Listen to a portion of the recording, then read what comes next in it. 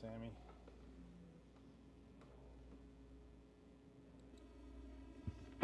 Check, check, check. We are ready to battle.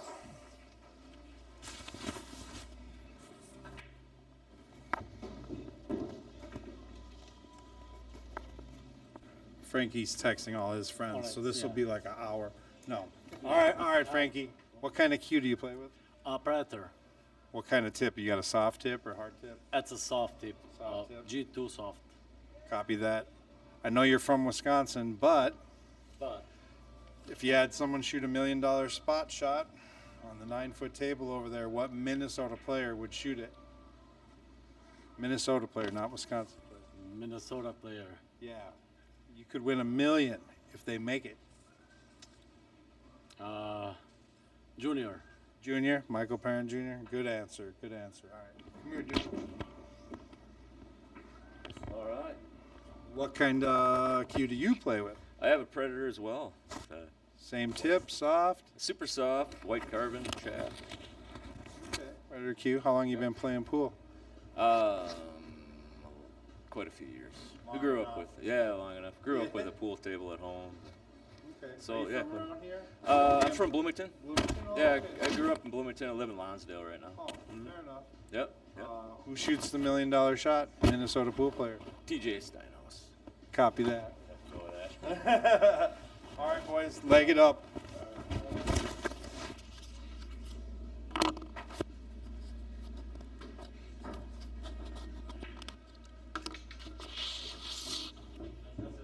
That's a leg, right?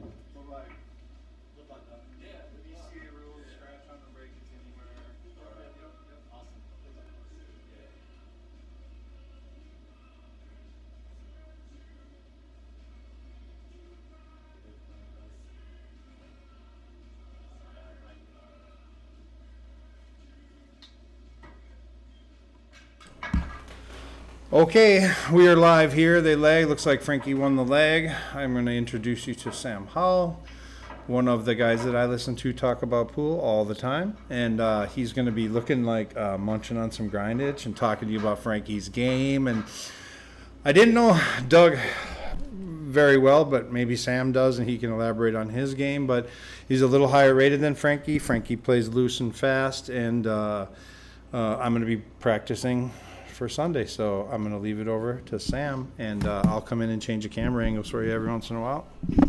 Appreciate that introduction, Dave. It's going to be a stylistic battle here as well as a Slate tournament battle, so it'll be interesting to see how this plays out.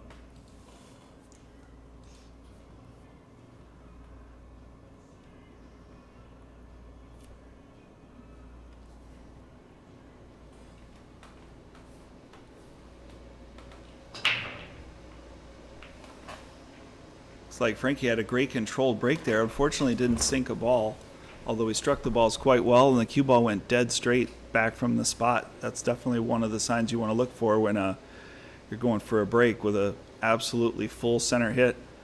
Unfortunately, it didn't pan out for him in pocketing a ball, so his opponent, Matt's going to come to the table.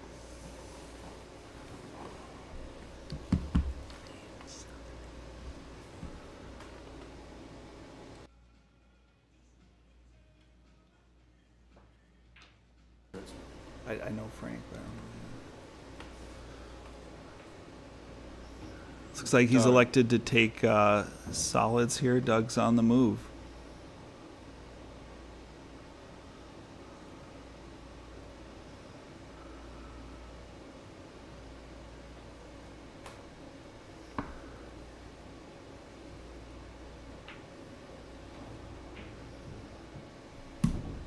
Looks like he just has the one trouble ball there down in the left corner of your screen, the 12 and the 6, and the 7 and the 13 on the kitchen side of the table.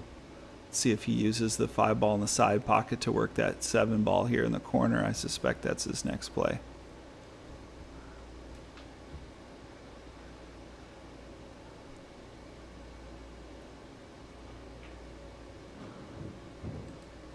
Oh, nice shot by Doug there.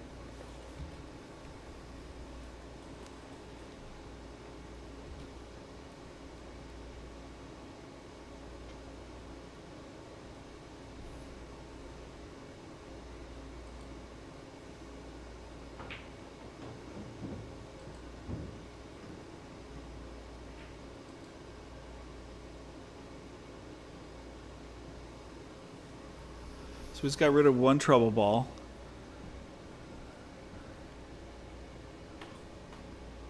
Looks like we've got a few people joining the stream on the Facebook Slate Billiards Club page or the YouTube live stream.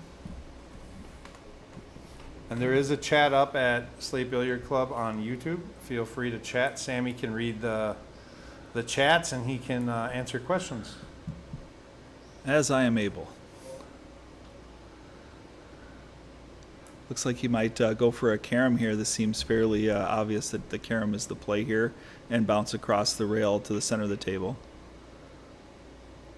Yeah, just a bit off. Just a bit off. These tables are very unforgiving here with the 4 1/4 inch pockets.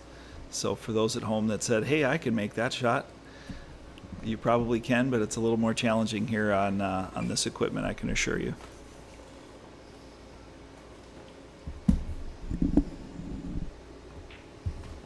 All right, Frank steps to the table, looks to make quick work of this remainder of the game here. He's got most of the balls cleared out of his way by his opponent, Doug, but it does appear that there is still a couple of things to navigate down in the rack area of the table.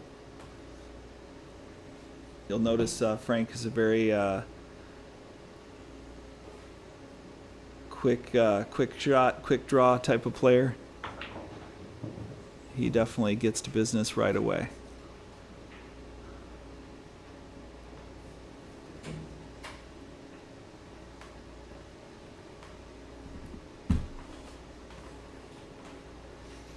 Here's a key shot here. It's going to be a breakout on the 15.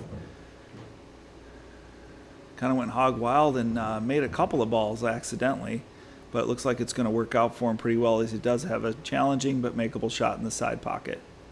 He's really got to stay level and smooth here. Just execute his pre-shot routine and nice and smooth. Well done, Frankie. Well done. See how he's going to play the shape for the 8 here off of this final 9 ball. Nice spin, nice speed. Use the 4 ball as a bumper there, kind of a stopper. And a great execution on the 8 ball. Frankie goes up 1-0. They do have the plastic scoreboards there on the top far left of your screen. Looks like Frankie's going to be on red and Doug's going to be on blue, so you can see that the red marker is at 1, blue marker is still at 0 for Doug. Race to 11, single elimination format here at the Slate Billiards 599 and under tournament.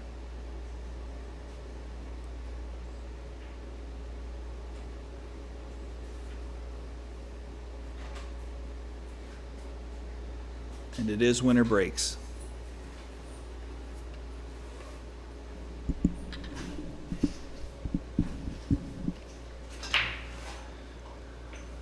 A little more fast and loose with that break. Frankie just steps up and hits him.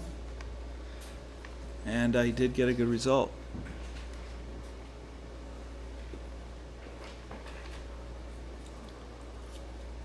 Let's see if he continues that style of break and that result hopefully will continue to be successful for him.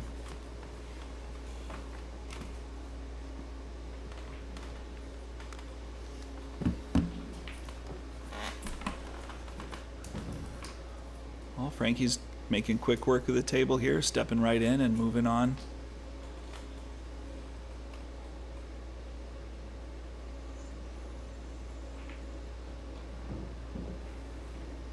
Making quick work of the solids here.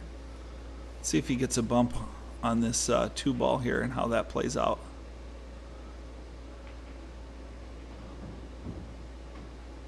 It looks like he did pretty well there.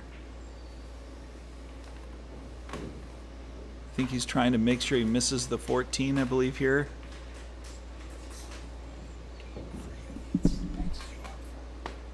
Oh, nipple hooked on the side pocket. Uh-oh. Tough roll. Really tough roll. Yeah, he's kind of in no man's land there. He found what I sometimes refer to as the magic spot, the only place on the entire table you can be without a shot. And very unfortunate, very unlucky roll there to just sit like that. But I suppose if you look at it the other way, he's also very fortunate that he didn't scratch and give up ball in hand, considering the circumstances there. So it's always two ways to look at any given situation, right? Glass empty, glass half full, half empty, half full, whatever you want to call it. And that's the replay, so you can. Yeah.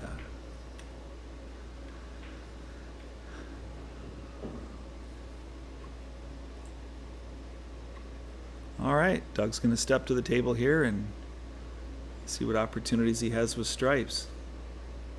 Looks like he's got a pretty good table after he pulls away from this 14 ball. It should be, well, he did get treetop there, so he's going to maybe elect to shoot the 15 instead of the 9 ball. It seems pretty self-apparent there, self-aware he's going to shoot that.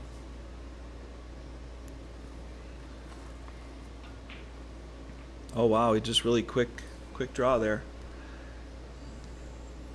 He was very fortunate. He left Frankie behind the 9 ball, so he does not have an open shot. He's going to have to kick one rail.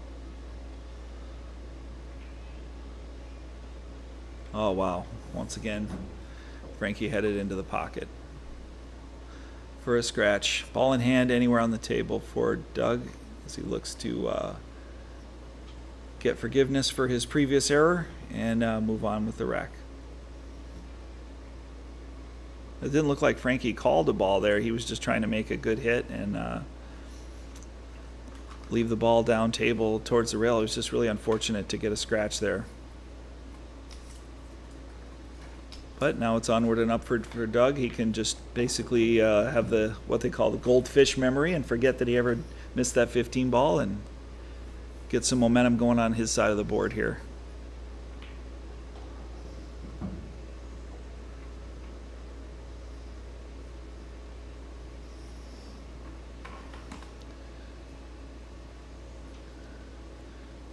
Doug's definitely a quick fire player here, but he does take a little more time and deliberate his options and opportunities when he's viewing the table and walking the table a little bit.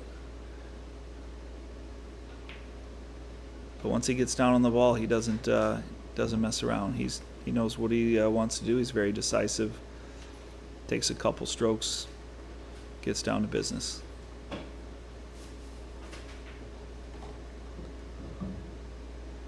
I think he wanted to stun that ball, or at least stop it. He's come up with a little angle here, but he should be okay. Just got to watch out for the cue ball. Doesn't get away from him. Looked like he shot that at about half ball cut. Just came off the rail there, a little funny, due to some English perhaps. But nothing slowing him down. He made the 8 ball, controlled his cue ball away from a potential scratch. He's on the board, 1-1, and breaking. This is winner break format.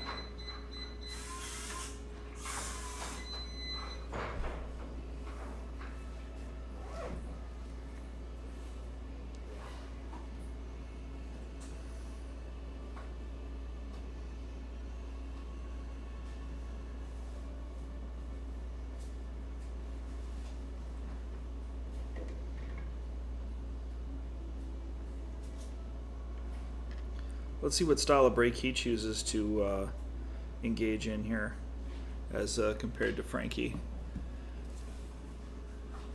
I don't know how many matches folks at home have watched, but quite a lot of these matches are dictated by the break. It's just so critical in bar table 8 ball, and especially in these race to 11 matches. The break shot has really been really a key component of people winning or losing matches, regardless of what they may be rated higher or lower Fargo rating wise, or known ability and what it looks like on paper. As they say, these games aren't played on paper, so just because someone might look good on paper, it's the old any given Sunday. You got to play, you got to close, And sometimes there's been some pretty interesting upsets, and a lot of that is by who's breaking better and more consistently. All right, a dry break, and Doug's in the chair for a little bit here, and Frankie's going to step to the table and get to work. Very nice shot.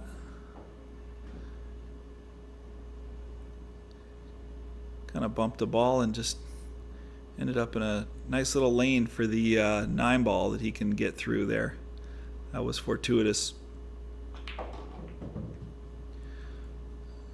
Pulled away and got the 8-ball into a free pocket there, but he might have sacrificed his opportunity for a shot on the stripes here. We'll see if he can recover off of the 13-ball here, or if he's going to elect to try something else.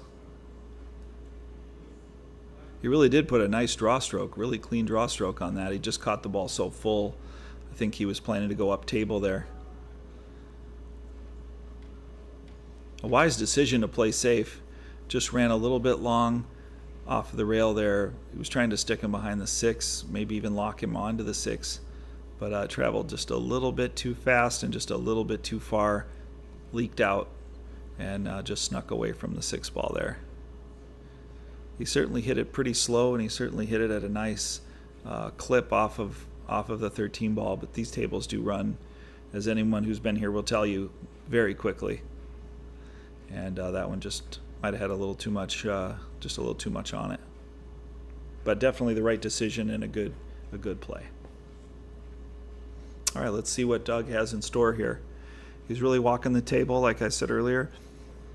He's definitely taking in all the information, all the data points to make an informed assessment and come up with a good decision on his run out here. He's definitely got a good opportunity with the 6 to get things started. Just trying to map out a nice road map and a path here to maybe break out this 4-ball off the rail. There he did. Exactly as he wished to do. Great shot, Doug. Well played. Let's see what the table has in store for him here. He's definitely looking at how this 3-ball is going to pan out. He's definitely looking to break that. I wonder if he'll leave the 3-ball where it is and just move the stripe away. Maybe going off the rail into the stripe and gently nudging the 3-ball down closer to the pocket. Let's see what angle he gets here off these next couple balls.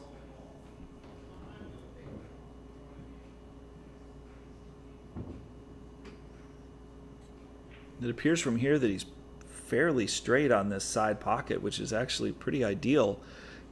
Could give him just enough room to get underneath the 11-ball and get to the rail there.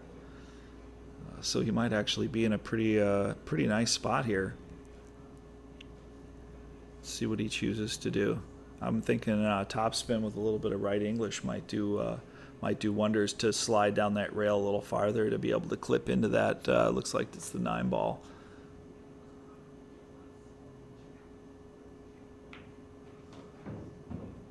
No, come up a little. Not sure which he was going for, the 4 or going for the 3 there. I'm guessing he was going for the 4. Perhaps the 7 was his intention there. I'm not sure.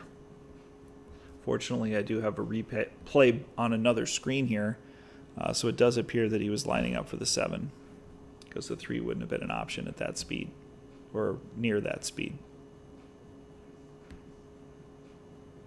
Well, let's see what the 7-ball has in store for him. It looks like he can pocket it. Typically, if you read a player's body language, kind of the opposite of poker, usually it's a nice body tell or head tell. You can tell by how they cock their head to the side or how they approach the table if they can make the ball or not. It definitely appears that the ball was makeable, and he did have a line on it. He was definitely looking to get that 3 out of there and go for a big stroke and get a big result, but unfortunately his 7-ball didn't go, and he's left the table for Frankie. Looks like he hit it just a bit fat there, so he definitely had the room. He could have hit it thinner to make the ball. That might be a result of some left-hand English he was attempting to use to help him out with that 3-ball breakout 2 rails, or could have just been a missed shot, misjudged.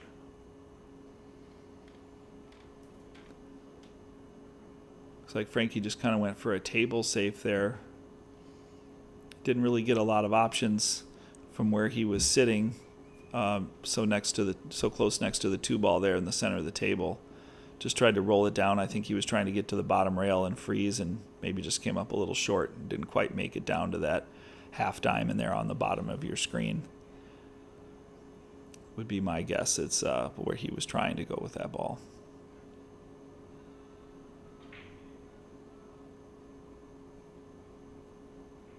So Doug's surveying the table now. It's really a great discipline thing to do for folks out there that are maybe up and coming in their pool journey, or trying to gain some tips or some strategies. It's a good discipline to walk the table and really see where things are at, as opposed to where they may seem or where they might appear that they're at. Oftentimes you can get a much better perspective by walking into the other side of the table and seeing where your next shot angle will be, assuming the cue ball's already up there after a made shot. It can definitely dial things in for you a little bit. Sometimes you can see that a ball that appears to go maybe doesn't go, or a ball that appears to be in the way is not actually in the way. Gives you a really nice after ball made perspective there to be a little more accurate in your targeting of where you want your cue ball to end up. Looks like he's in another kind of crossroads here. He's looking to make a decision on how he's going to travel around the table.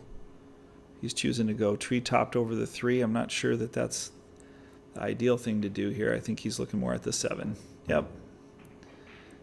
Good decision. Play the 7 where he's not obstructed. Played a nice speed there. Looks like he's got enough for the 4 pink in the side there.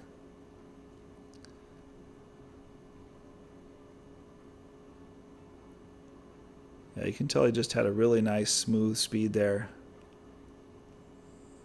Nice warm-up strokes.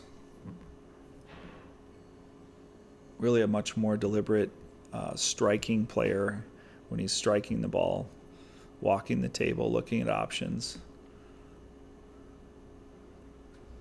A little more deliberate, thinking things through, whereas Frankie tends to be more quick fire and more decisive, makes his decisions much quicker.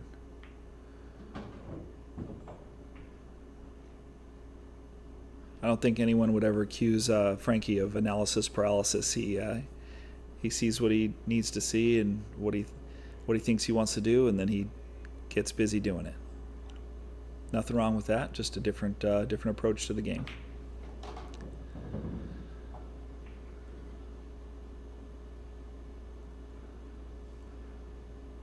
All right, he got a little bit of a down table angle there on the 3, and he kind of stunned it so that he could leave himself available for the 8-ball, which is in an awkward position here. But I think he made the most of the shot that he ended up with on the 3 to keep him in the game.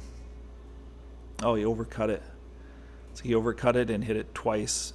Hit it on the way in and then hit it on the way out with looks like a lot of right spin there. Kicked him right back into the 8-ball as soon as the cue ball went to the rail.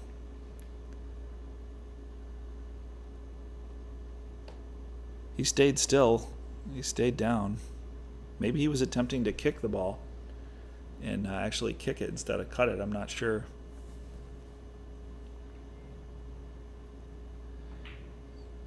At any rate, Frankie's elected to play safe. He got his speed right that time.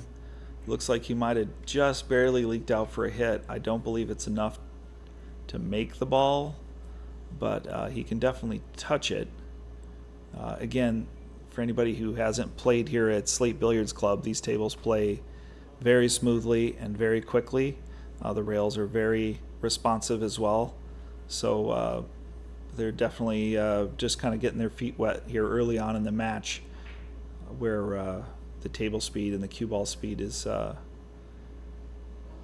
not quite dialed in yet.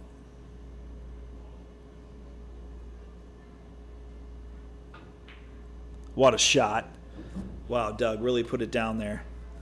That was a great shot. He definitely earned that game there at the end. Doug can definitely stick that one in the back pocket and use it in the mental highlight reel later on in his match, or maybe for the rest of his life. Who knows? Sticking in your mind with great shots like that. I would definitely say the odds were probably not in his favor to make that ball for most players. Just the shot difficulty and the angle, as well as the circumstances, making that shot early on in a match where you've made a few errors and a couple things didn't go your way, and all of a sudden he just came with a monster there. That was a really incredible shot. Well done, Doug. Well done. 2-1. Taking the lead for the first time, Doug, with that 8-ball shot. Really can't say enough about that shot under the circumstances and the context of how he had played that game. That's really a big deal to make that shot. I think that'll carry him through the next few games, if not establishing some much needed confidence early in this match. Looks like Doug elected to go to the other side of the table there from where Frankie was breaking earlier for the actuarial statistician amateurs at home. Maybe you can track where he's changing his break from a little better than I can between the two players, but that is interesting to see not only where the players are placing the cue ball for the break, but also how they're breaking. Oftentimes, if your break is struggling, if you'll note where your opponent is breaking from, if they're having success, especially in long race formats like this, a player will often copycat where his opponent is breaking from, or the manner in which they are breaking, or the speed in which they are breaking, to kind of get a clue and claw their way back to through to the match based on if their break isn't working or if they can't quite figure out a break. The sooner you figure that out, the better. And sometimes the shortest distance between where you're at and where you want to go is to copy somebody that's doing it better than you are, or has found a nugget of success, and you can just copy that and be successful yourself quite often. All right, let's get into this next rack here. Again, it's 2-1. Doug is taking the lead for the first time, and he's looking at some work ahead of him here with solids. I'm not sure how he's going to address the 1 and the 4 up on the top of the table. They're not exactly in a cluster, but they're just really in an awkward place, and I don't know which ball he's going to use as transportation, if you will, to get to that specific area in the table where he's able to get a very minimum angle, very, very small angle, if any, to where he can make both of those balls. I think that's going to be the challenge to finish this rack. Some people might use the analogy of, kind of taking the bus around town. You're going to need a bus transfer to go from one bus to the next bus, to get downtown or to get out of downtown, something like that. It's a appropriate metaphor or analogy. I don't see the bus transfer that he's going to use to get to that top rail where he's going to need to be for the 1. When I say bus transfer, I mean you're going to take one ball and ride that ball and that angle to the next ball, if that wasn't clear.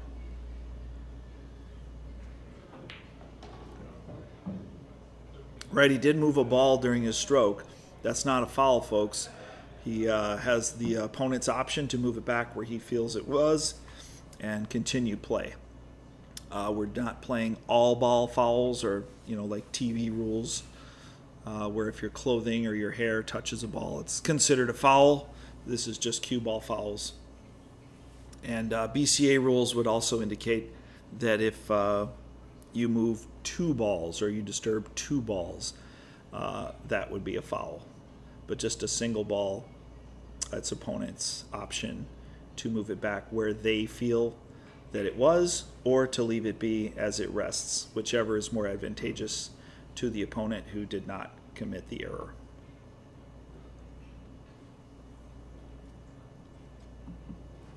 That might be a little deep dive for some of you, but I've been a Las Vegas BCA referee, and them's the rules for BCA, I can assure you. Good job, Sam. Do what I can. You got 49 people, and they're all listening to you. Well, some of them. Well, they might be on mute. Yeah, You never because know. they're at work watching. Yes, they're watching pretending. you. They're pretending to work, and they're watching pool. It's not the same number of people that watch the Masters while they're pretending to work, but we'll take what we can get. I remember working corporate office jobs. There'd always be a screen click. You know, when I'd walk by somebody's cubicle, they're checking the scores on the Masters or some golf tournament, you know, while they're quickly flipping up an Excel spreadsheet or an email that they were supposedly working on.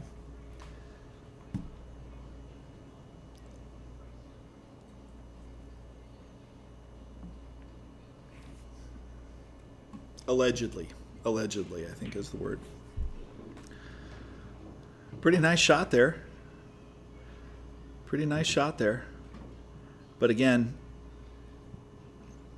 as I foreshadowed earlier, the transportation to get to that very specific small area on the table where he had to be to shoot, not only making the one, which, you know, the one's certainly makeable. You could get the cue ball to around where the 8 ball is, and in that area, and cut the one in and make it. But then you're looking at hitting the top rail, going to the bottom rail, and then all the way back up, almost to perfect lag speed to get a shot on the pink 4.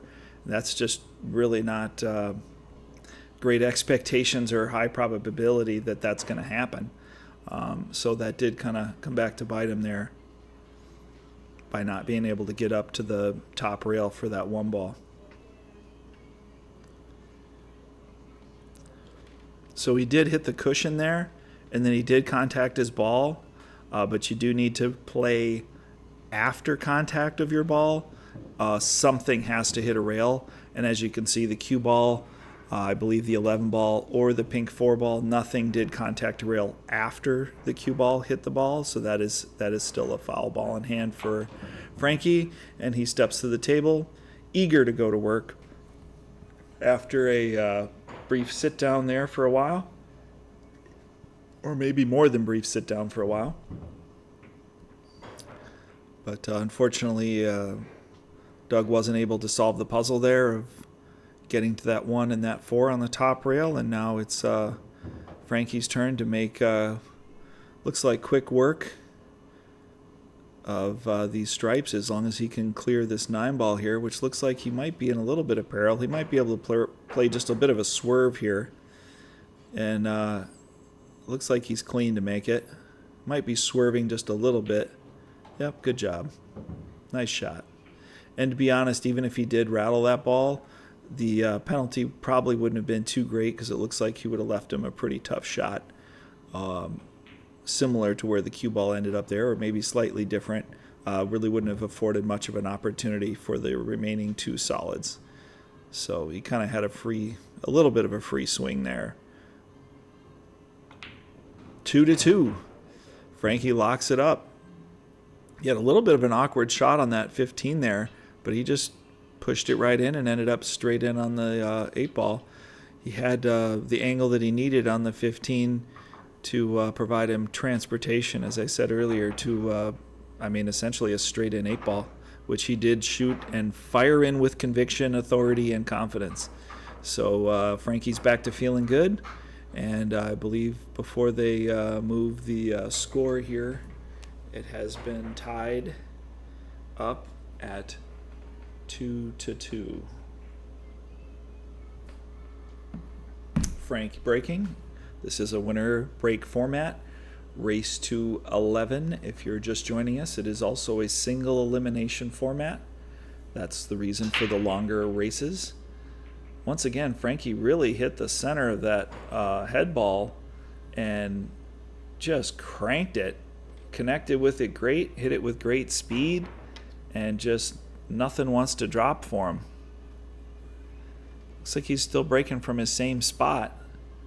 He struck the ball well. Cue ball had good reaction there.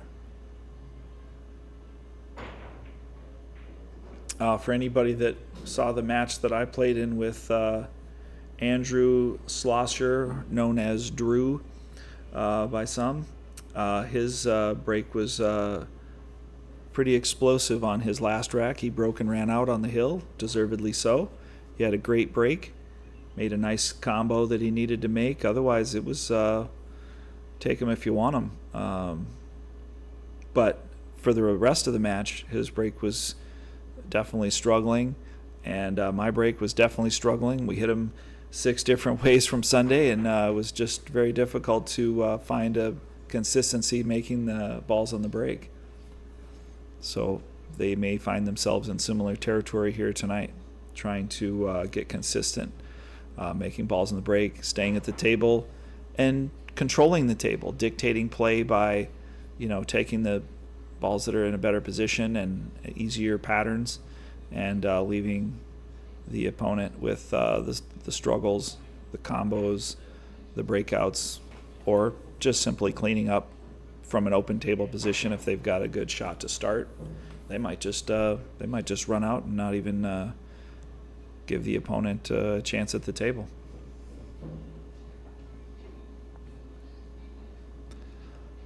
Looks like Bill I'm on the Hill Sorensen is in the chat. How you doing, Bill?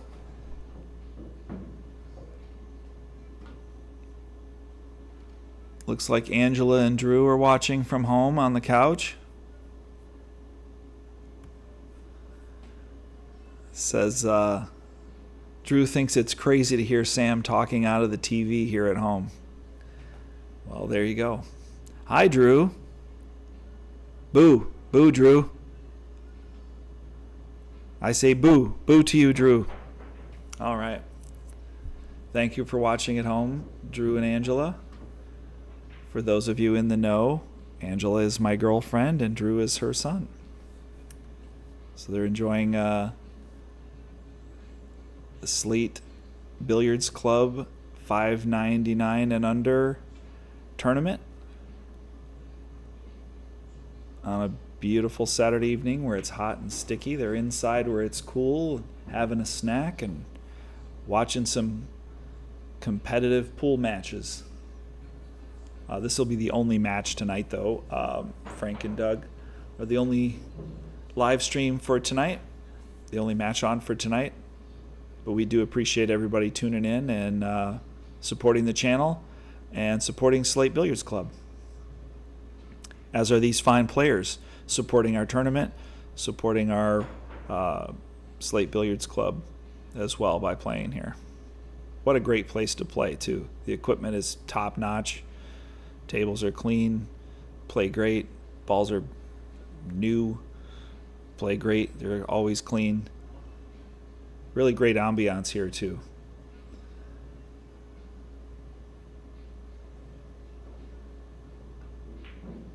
As you could say, this isn't your grandpa's pool room by any means. There's no smoking, there's no vaping, there's no alcohol. No one works here. It's just a co-op of members, community, and we really enjoy it here. We hope you do too. All right, looks like Doug ran into some trouble there. Both players really having a difficult time finding their footing here with some of the table speeds and some of the breaking troubles. It's not for a lack of trying. It's not for a lack of quality. They are doing everything they can do to play quality pool. The difficulty is that the tables, you have to adjust to the equipment. You have to adjust to the table, and the first player that can adequately do that is usually going to come out pretty far ahead, pretty quickly. Once that once that happens. Sometimes that doesn't happen until the very end of the match. Sometimes it never happens. And both players are just, sinking in quicksand, if you will. And, it's just a kind of a slugfest, and people just kind of battle it out, and whoever ends up on top at the end by hook or by crook just ends up winning the match in kind of a dogfight, if you will. But usually the player that has the most time on the table, either in practice or during the match, is just spending more time of possession, if you want to call it that, to use a football term. The time of possession on the table usually gives you more shots at the table, more chances to try out your stroke in different situations, whether it be draw or spin or speed or different type of situations. You're going to just kind of get your sea legs under you, so to speak, and find a way to adjust to the table maybe a little faster, a little easier, a little quicker during the course of the match than somebody who's spending a little bit more time at the chair.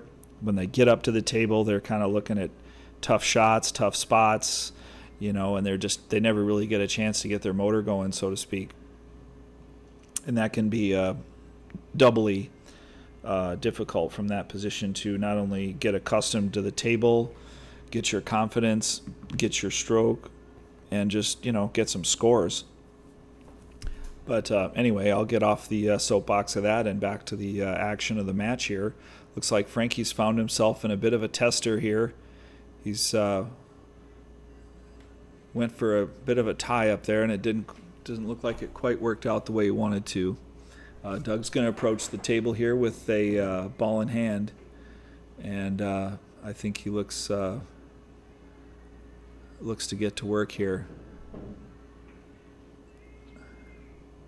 So if people at home are trying to wonder what it was Frankie was trying to do, he was just trying to tie up the 4 ball there on the rail. He was trying to push the 2 into the 4 and make an awkward breakout situation or an awkward combo that maybe didn't go because he really didn't have a play and didn't really have a chance to touch his 9 ball. And maybe even if he did, he felt like he didn't really have a way to use enough English to go 2 or 3 rails to hit that 9 ball. And so he just elected to foul on purpose, trying to gain a strategic advantage by tying up those 2 balls. And it just looks like his speed or his angle was just a little bit off there. And that's so tricky to do. In fairness to Frankie, that's just so tricky to do, to hit that ball just at the right speed and just at the right angle to tie up and not leave him just perfectly aligned and straight in. You're accepting the foul. You're giving ball in hand to your opponent. You're in a pretty desperate, unfortunate spot to do that at that point. But to be fair, sometimes that is really the only option that you realistically have. So he felt that was the best way to go. And he almost got away with it. He almost did accomplish that. But it's back to the driver's seat. And Doug is cruising into his last shot here. This could be a little bit trickier than it looks here. He's got a nice shot on the 6, and he's appearing to make the 2, but just as I was about to indicate, you can get too flat of an angle or too full on the 2 ball to be able to travel across the middle of the table back towards maybe where the 4th diamond is on the left side, the diamond just above the side pocket. So you have to tend to hit this ball a lot harder than you want to, or stroke it a lot more than you want to.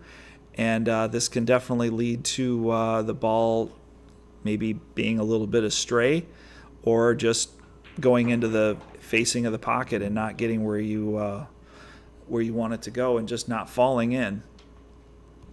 But he beat me to it. He just chose to take his medicine and play the bank because there's a bit of a 2-way there, and he did. Looks like he elected to try it that way with the speed that he played it. But for those that were watching that shot and wondered why he didn't do something a little different with that 2 ball, he really didn't have a lot of choice here. He just got too flat, and as I was starting to explain before he hit it, that that shot on the 6 ball really was ready to go to give him an angle that he needed on the 2. He just maybe didn't quite see that trap that I was starting to explain, and it looks like it kind of bit him there, jumped up and bit him. That was a great shot by Frankie, not only to make it, but the position was perfect. He got absolutely straight in on the 8 ball. He cuts this 9 ball in, 1, 2, 3, 4 rails right behind the 8 and missed the scratch on the side. That's championship caliber right there. That's a top shot right there. If I had to pick a highlight for Frankie, it would be that 9 ball, not only for the shot making, but really much more for the position play there that he lined up, and to take the lead 3-2.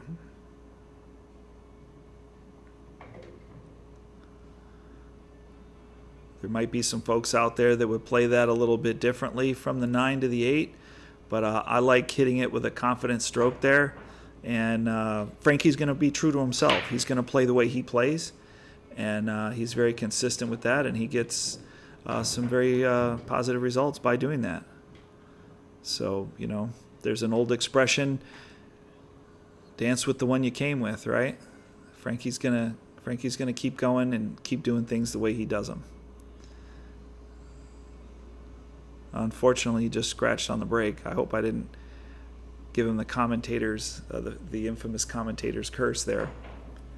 But it looks like he actually did take some speed off of his break there from the previous break that he absolutely hammered. And it's really almost inconceivable that he didn't make a ball as strong as he hit him and as square as he hit him in the previous break.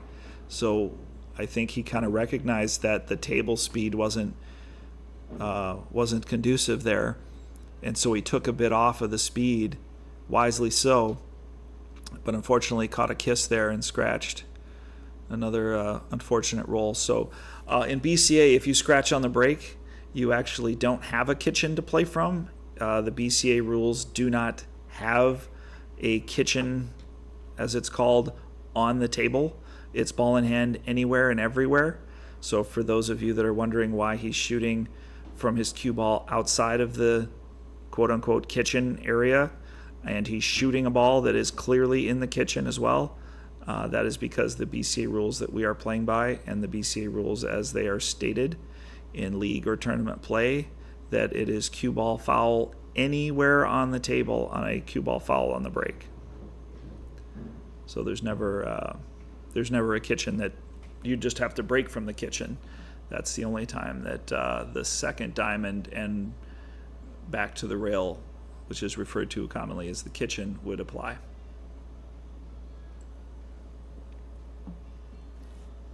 So Doug steps to the table from Frankie's unfortunate kiss to a scratch there, and he's going to work on the stripes.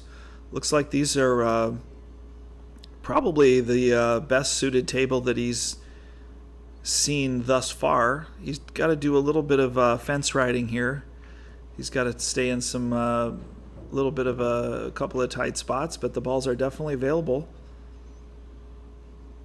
Lord knows you can overroll a ball or overspin a ball just a little bit and end up in no man's land in a hurry if you're not careful, but these do seem to be fairly readily available for him to clean up and get a nice run out here.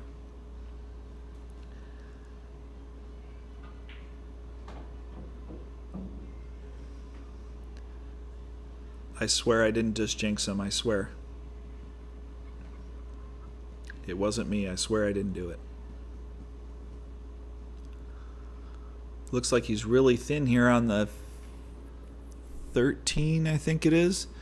And that's going to send the cue ball running. He is probably going to miss the 3 and just kind of go around the world here with the cue ball. If he does hit the 3, he's too thin to be able to hit the 3 off the back rail and into the, so cutting the ball in thin, hitting the side rail and hitting the back of the 3 is a possibility, but I think he's just going to go 15 on the side here, it looks like. Much better choice. I really like that shot, much better. There's no reason to send the cue ball wild and free like that. It's almost never going to give you a good result. So we got a nice little bump there. He played a good shot. He definitely chose the right shot. There's no question in my mind about that. Now he just has to get back up table for the 11 ball, which he's more than likely going to have to play on the side.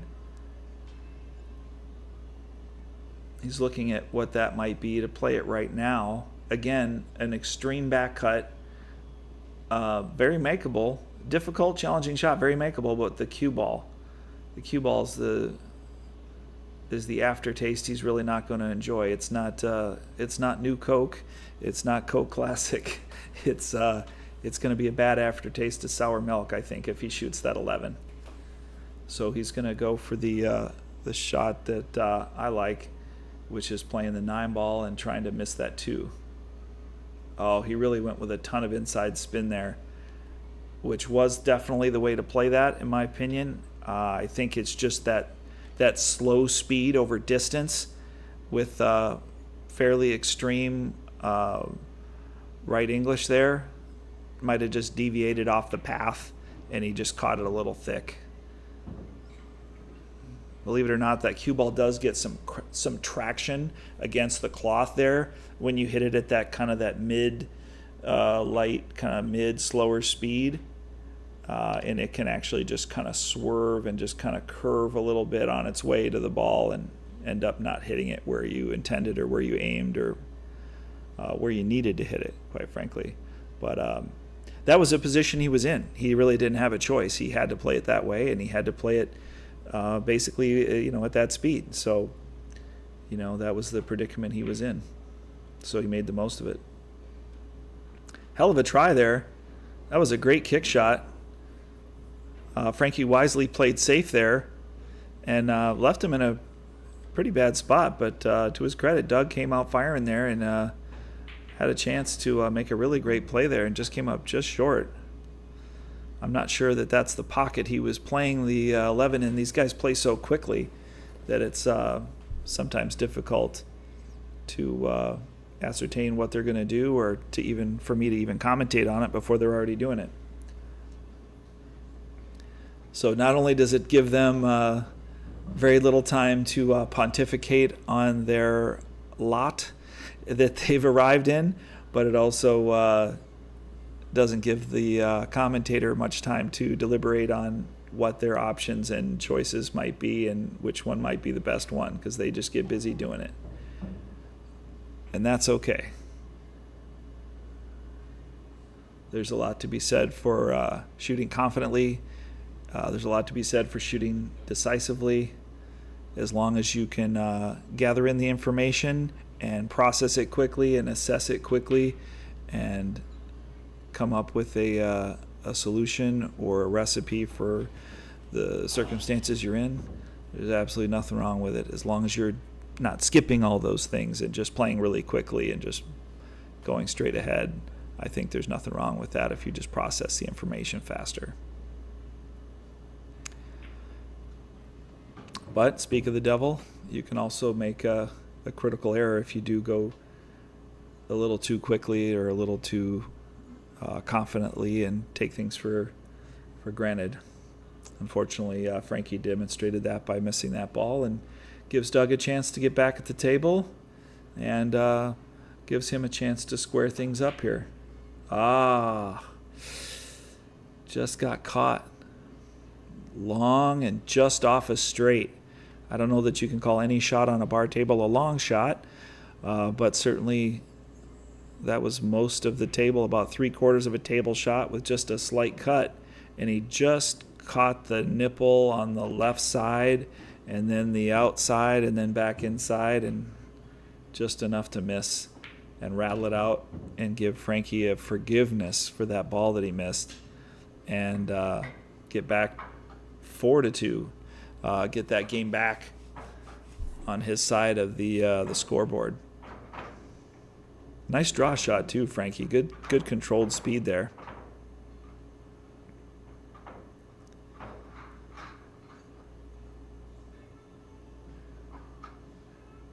Frankie with that goldfish memory, as I've heard it referred to, forgot all about the shot he missed and went right to work. That's definitely a big asset to The players that play much quicker, they tend to have very little haunting memories of a shot they just missed, or an opportunity that maybe didn't go their way, and they just get right back to it. And that's a tremendous asset of that style of play, or that pace of play, or that personality, if you will, that they approach the game in that way. And that's a huge asset to those players that do have that style of play.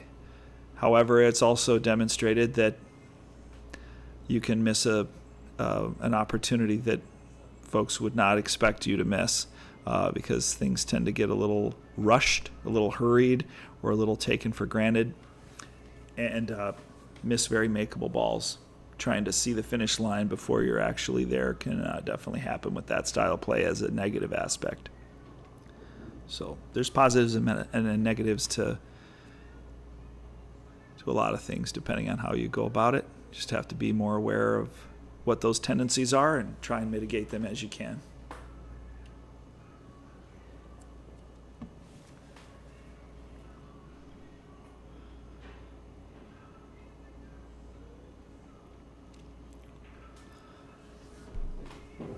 Looks like Frankie might have been a little treetop there. He kind of stabbed at that 7. Again, kind of maybe a rushed stroke or just a little quick fire, which, to be fair, pays off for him. That's definitely his style of play. He lives by the sword and dies by the sword with that. And that time it was just a little bit of a challenging shot being treetop there, and kind of took a little bit of a stab at it and didn't go. And Doug is back in action, taking care of business here with Frank back in his chair to consider his next opportunity. So instead, now Doug has those solids, which are the preferred suit, if you will.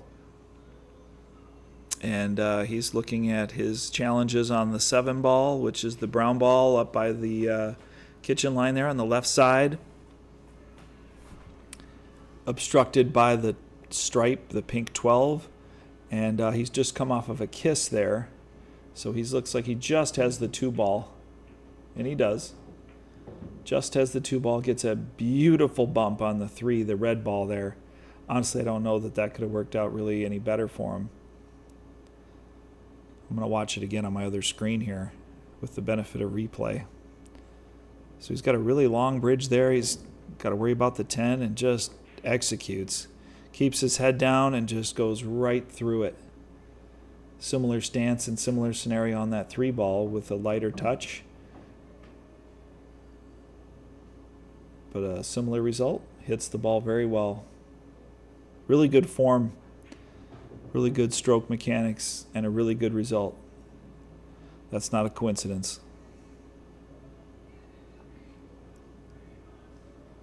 That those go hand in hand. So what he seems to be deliberating on here is if he's going to go 2 rails, making this ball hitting the bottom rail and the side rail with top and left, or straight back through the fence. And he's elected to go through the fence.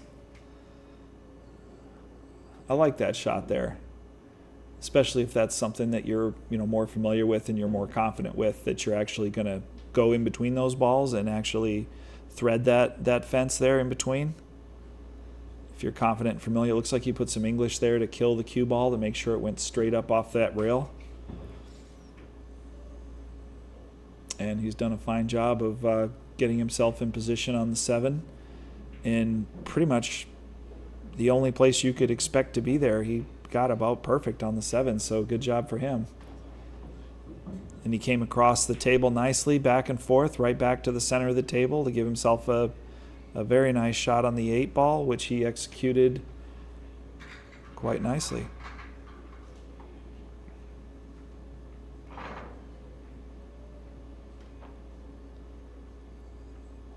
Yeah, I was just watching on the replay there, those last couple of balls. The 7 and the 8. Yeah, this really looked solid there. You can tell in the last few shots there that his speed awareness and his speed control of the table has gotten much better than in the earlier couple of games. That could certainly just be due to nerves of playing, a new opponent and a new match moving forward. But I also suspect it has a great deal to do with the familiarity on the table and how his stroke and his speed is being played out on the equipment and the equipment conditions today. That can change day to day based on the humidity in the cloth or in the room. We're kind of at a sub-level here. We're like half basement, where you can kind of see the ground level. It's about maybe 6-8 feet below ground level, so certainly it can get some residual humidity from the rain that we've had in the last few days. So that can slow down the cloth, and the balls can play a little bit differently as well. So just because you played on this table the last time doesn't mean it's going to play the same this time.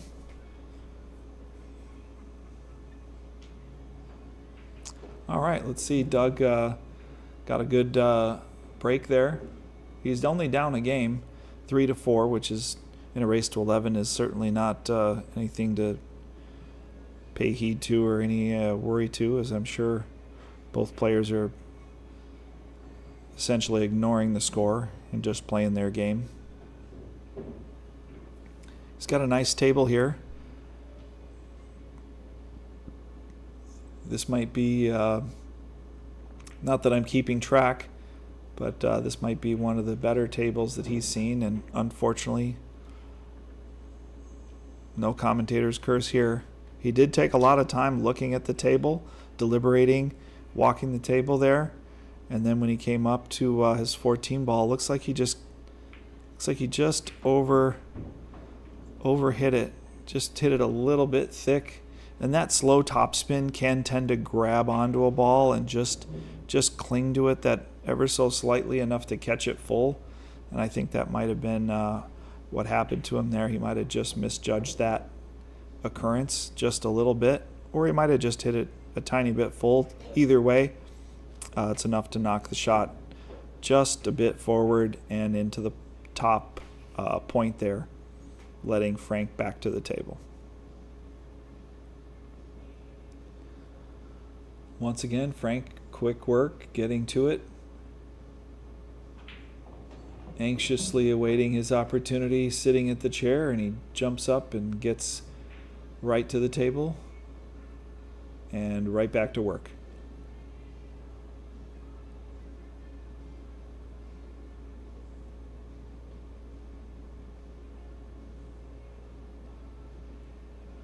That was a touchy little draw shot he played there. Nice speed, nice stroke. Nice situational awareness there, knowing that he could put a little bit extra on that one and still be okay. He's got a floater here. He's going to float. Oh, he hit the ball. I didn't see that angle there. He might still be okay, but he's got to hit both of these balls now. He's got to clip one and then clip into the other.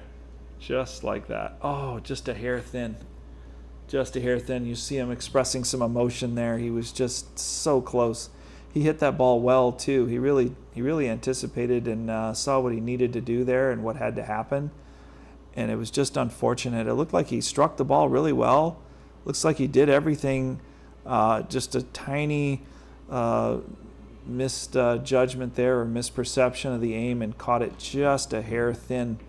Just barely missed that ball, and he was sitting real good with the 7 too. As I stated earlier, he did have to bump into both of those balls, and he maybe was split in his focus there, perhaps, of what he needed to do. I'm not sure. Sometimes it is just that simple. He might have just overcut it and missed it, but sometimes we're thinking about maybe too many things at once and all the things that have to happen in that shot to be successful, and sometimes it's easy to get away from really burning focus, laser focused in on the spot that you have to hit or the angle that you have to hit to make that ball. Otherwise, none of the other stuff matters. So Doug is back to work, and he's done it. Unfortunately, similarly that he did the last time in the side pocket, just caught the nipple on the way in. Again, it looks like he was really on the job there. Just overcut that one. Just overcut that one to the nipple, so just a smidge. That's all it takes. And Frankie, unfortunately, has made a nice combo shot here, and he kind of lost control of the 7. So he seemed a little frustrated with that. Might have just been par for the course. Took his shot. He had a shot available. Just caught it a little full. Again, a little slow with topspin at that angle between about 33 and 66 degrees for you protractor carrying members of our home viewing audience. Tends to just shove that ball forward to where it plays just a little bit thicker and goes just a little bit of a shove forward. So you either have to adjust to that with a little bit of English, or you have to just a little bit overcut it and just a little bit overplay it to account for that, or hit it harder. In a lot of cases, hitting it faster is not an option due to what you need to get for position. So that can be a big factor too. All right, Doug's recovered here and made a nice shot on the 8 ball. Got a little too close to his work for what he probably wanted, but a very makeable and workable shot, and he made the most of it. That's one thing I've noticed, just as an aside while he's racking here. I believe he's tied the score at 4-4 as soon as they move the blue flip scorecard there. Something that I really just kind of pops out to me here in between games is that both of them have really nice stroke mechanics. They both have really solid foundations in their stance, and they're both very still players. What I mean by that is when they hit the cue ball, they're very still. Now the break can be an exception to that from time to time, but when they're hitting the ball, they're very solid. They're very still. And I think that was a classic example of Doug right there. Even though he was hitting the balls hard with good pace and good speed, they're accelerating through the stroke, naturally building speed without anything erratic or any movement like a statue there. He really pushed through the cue ball, got really good depth, penetration through the cue ball there, just pushing his stroke through the cue ball, and you can see the tip of his cue went pretty far forward past the cue ball. That's definitely a great fingerprint, if you will, or telltale sign of a great full range of motion stroke, pushing through the cue ball like that on the break, and he was rewarded for that.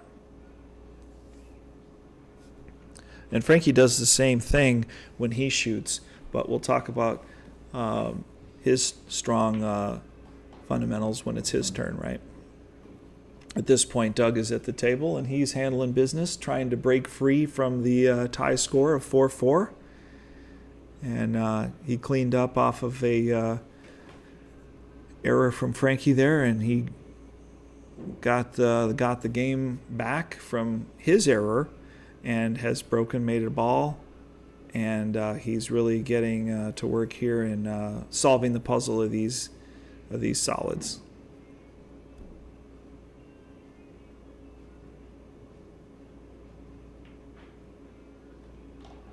Thanks, Chris Cipral. Appreciate it.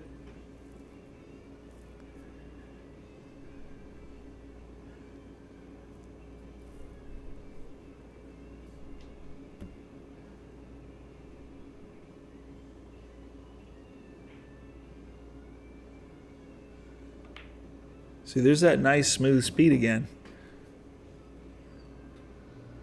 He's getting a little more comfortable with his stroke. A little more confident on the table. This guy, Doug, he's all about business, just like Frank. They go about it in a different way. Stylistically, they are similar, but they definitely have their own unique approach to the shot and some of the ways that they do things in their pre-shot routine.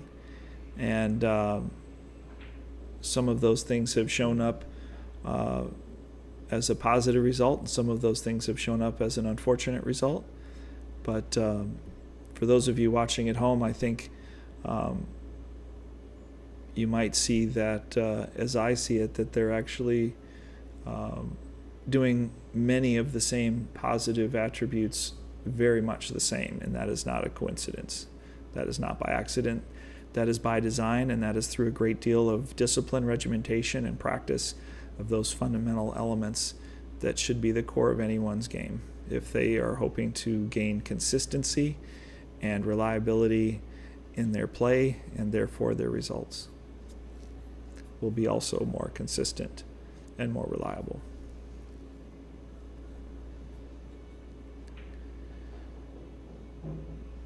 So if you're wondering what he's really looking at here, it's not that he can make the 4. He's confident that he can make the 4, but he's wondering how he wants to come off on this 3. Does he want to bump the 3? Does he want to hit the 3 a little more solidly? Does he want to draw away from the 3 and not touch it if possible? And that's what he's elected to do. So just a real subtle stun draw there. And the reason that you hit it at that speed isn't only just to control the cue ball in that same area, which certainly it does, but it's also because the draw reacts very quickly off of the object ball. Because of that smooth stroke and low speed, the spin is activated much sooner before an angle has a chance to kind of live out its direction. And you can kind of pull away quickly due to that, without bumping into the obstruction there. He did just shave by it, so it didn't disturb it, and left him on a nice angle to be able to make not only a good shot on the 3 ball, but a nice little angle to float up for the 8, which is really available in the side pocket just by the not quite obstructing stripe. And that 8 ball didn't have a lot of pockets to go into, so that really was the right way to play that with those last 2 balls. I was watching a little more of the replay there, so I didn't quite see his whole table map out pattern there. But looking at his last 3 balls, he certainly had a nice pattern there that kept it easy work, if you will. Sometimes it's actually a great deal of skill and a great deal of work to make something look as easy as it appears.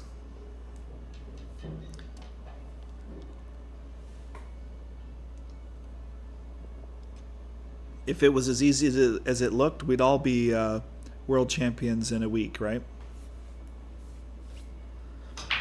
This game isn't that hard. I could have made all those easy shots he made.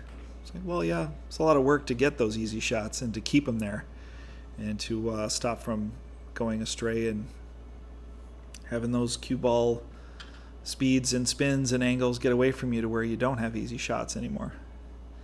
And the harder they are to recover from after you make them, if you do even make them. It's oftentimes you end up with another really hard shot that you have to make or miss. And like a loose thread from a sweater, it unravels very quickly from there and gets a lot worse usually before it gets a lot better.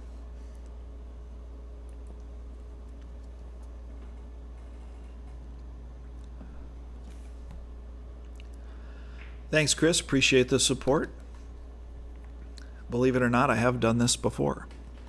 Not at Slate Billiards. Yeah, maybe that's a time to point that out. This is my first commentated match here at Slate Billiards. I suppose I could have mentioned that up front, but yeah, they've got a great facility here to play pool and be a member at Slate. But they also have, thanks to Dave O'Keefe, They have a great deal of audiovisual and production technology as well. So it's a great facility and a great opportunity to work behind the scenes as well. They've got all the tools and all the toys that you need to do this successfully, and we appreciate Dave for making that happen, and we appreciate Chris for making that happen, and making the investment of time, energy, and quite frankly money to get the best equipment that we can get to do the best job that we can do for all you folks at home on the YouTube live stream. We do appreciate the likes, and we do appreciate the shares, and of course we do appreciate the subscribers who will get a bell and a whistle every time we go on a live stream or every time we release new content on the YouTube channel or any other live matches that we're live streaming or any other content that we do have from time to time.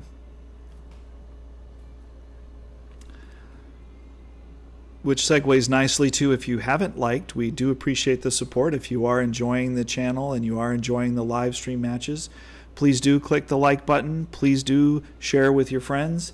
Please do repost, and please do subscribe so that you'll be the first to see all of any new content or all of any alerts that come your way from Slate Billiards Club and the Slate Billiards Club channel.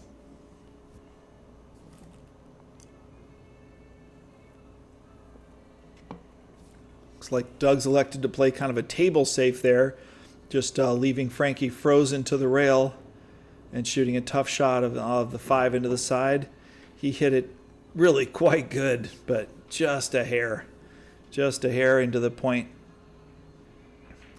That's really an effective shot, leaving an opponent frozen to the rail. Although it didn't leave any ball in hand results, it was effective, and he did get a chance to get back to the table. It's disappointing for Frankie there. As you can see some emotion that he's a little disappointed and a little frustrated with his result there. Again, being froze on the rail, the only thing you have is topspin, realistically speaking, and you don't want to add any side spin intentionally or certainly unintentionally to affect your shot line or to affect the balls once they connect. And with that slow roll and that topspin, it, as I said earlier, does tend to just kind of cling and kind of shove that ball forward a little bit.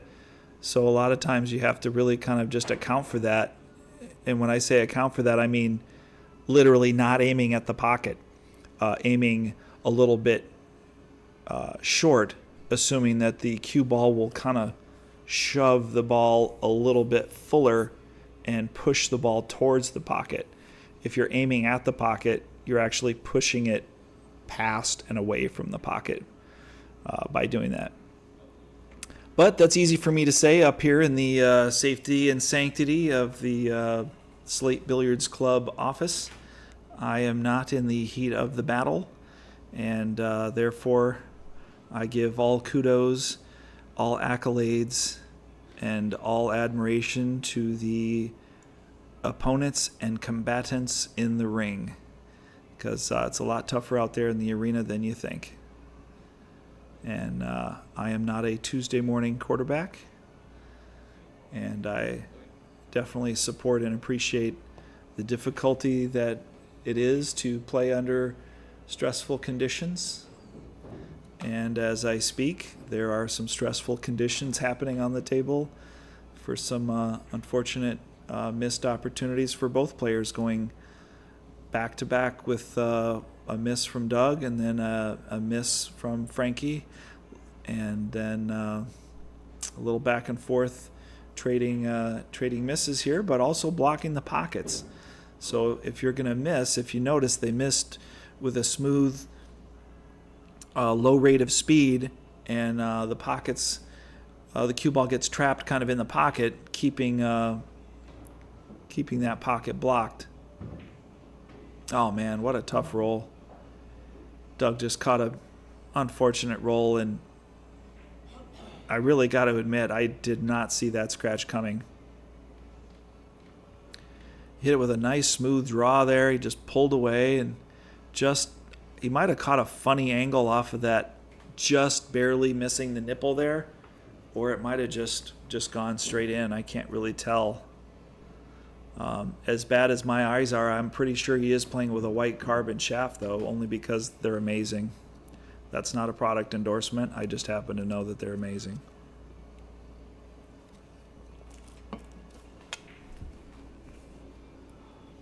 I actually discovered white carbon, I don't even know, maybe 4 years ago. And one of our members here, Gino, is, I don't know if the word smitten is too strong, but he's been smitten with them ever since. So the next logical progression of comment or question would be, Sam, do you use the carbon fiber shaft? Do you use the white carbon? I have them in my bag, and I don't use them. Admittedly, I'm currently using a Keelwood shaft, which I've been using for about a year, just over a year. I think they shoot pretty good too.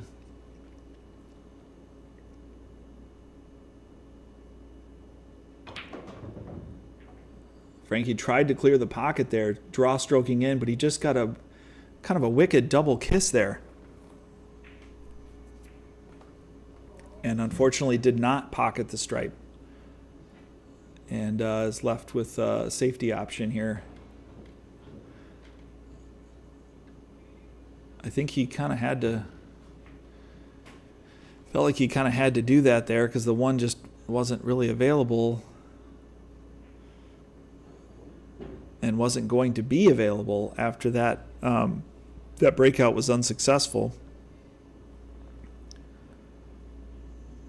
So even though Doug missed that ball earlier and gave Frankie a chance at the table, and then Frankie consequently missed his next shot, tying up that pocket, even though it wasn't his initial priority, certainly wanted to make the ball. He was playing to make the ball.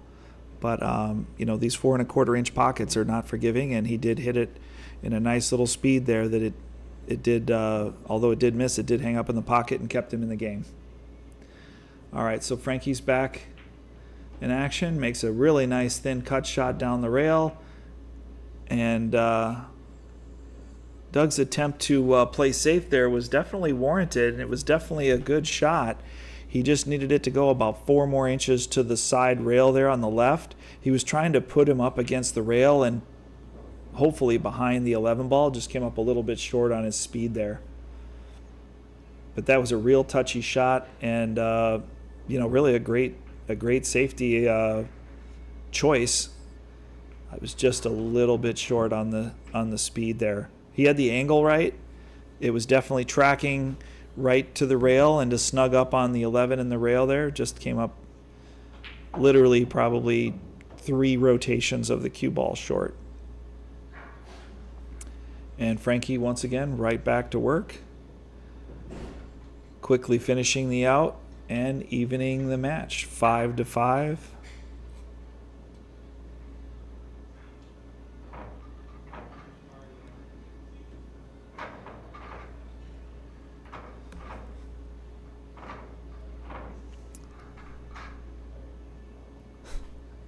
How many white carbons are in your pool case, Sammy Suitcases? Yeah, that's on the M8 packet. For those of you who play M8, you have nicknames next to your member number, serial number, player number. And then they have your first name, and then your nickname, and then your last name. Mine's been Sammy Too Serious and Sammy Suitcases for probably since I was in junior high. It was Sammy Too Serious, and then later became Sammy Suitcases. They're interchangeable realistically, but I've been known to carry quite a lot of cues around in one case or more than one case. And yes, I have 4 white carbon shafts. They're about $500 and some each. I don't remember exactly. 2 of them are 30 inches and different a millimeter diameter. I think one's a 12.5 and the other's a 12.75. And the other two are also 12.75 and 12.5 that are 28 or 29 inches in length.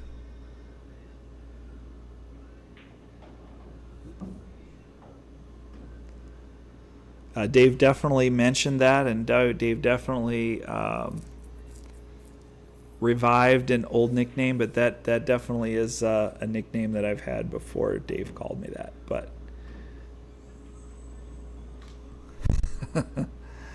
yeah, I have 4 white carbon shafts that I just described in more detail than anyone needed. All right, Frankie got his break working, and he's trying to solve a puzzle here. He might be able to come off the top side of this 4 if he hits it strong enough and get a playable shot on the 13, but the 11 is still problematic. You might have to bank that ball. I'm not sure. You might just load it up with left here and try and smooth it inside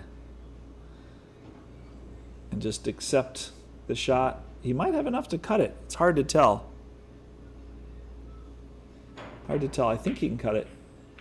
I'm not sure that he wanted to do that. As I was extolling the virtues of his fundamentals, it seems like he got a little itchy there. He's just barely off the rail, so that's an awkward position. And he kind of jumped out of his stance there. Just a little bit. No, that was after the shot. You know, he did strike the ball well. I take that back. He did actually jump up after he hit the ball.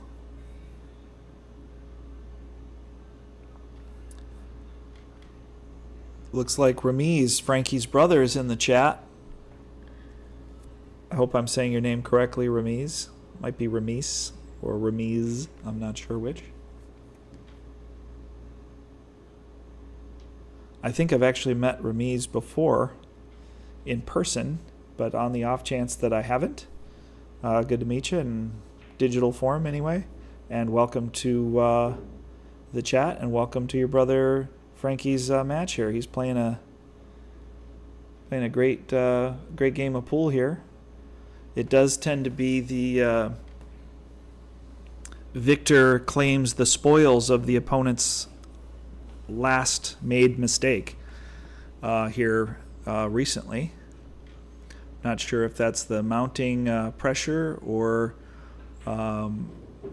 maybe just kind of getting going and kind of maybe building up some steam or kind of building up some adrenaline, and maybe some of the earlier regimentation and some of the earlier discipline might be waning a bit. I'm not sure.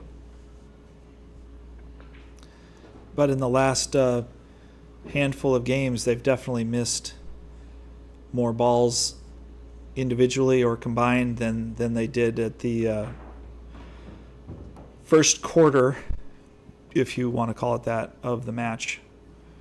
It's definitely been the last 2 games or so have been unfortunate misses by both players in equal amount. I'm sure there's an actuarial statistician somewhere that would disagree that one made more error than the other, but it's been pretty even with unfortunate balls missed that were definitely available to be made and just slipped away from them.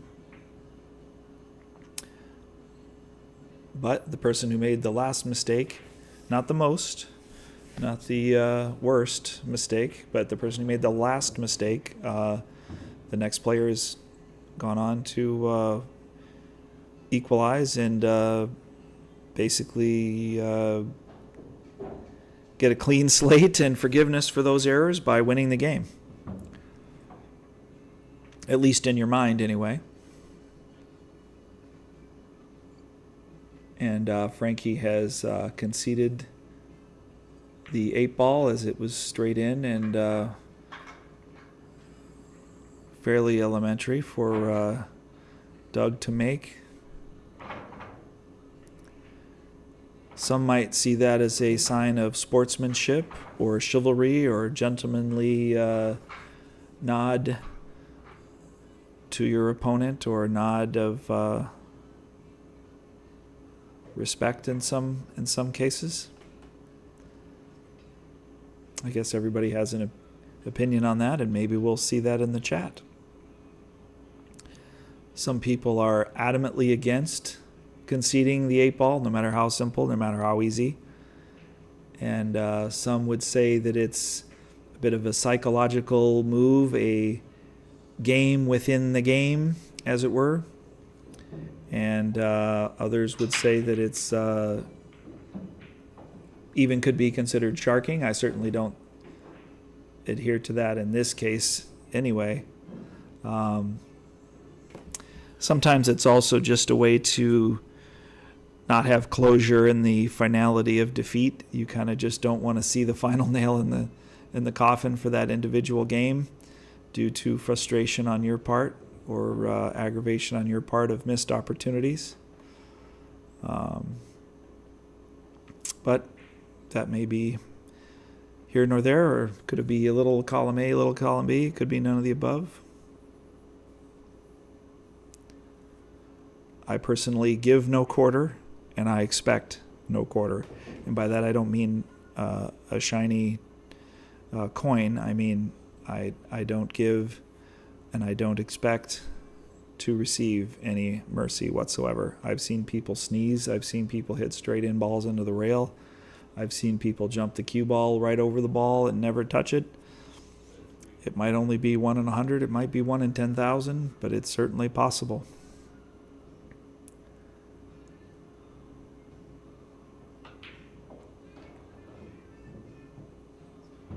Maybe I'm a bit of a masochist, but personally I like to see it go down. That's just me. But to each their own.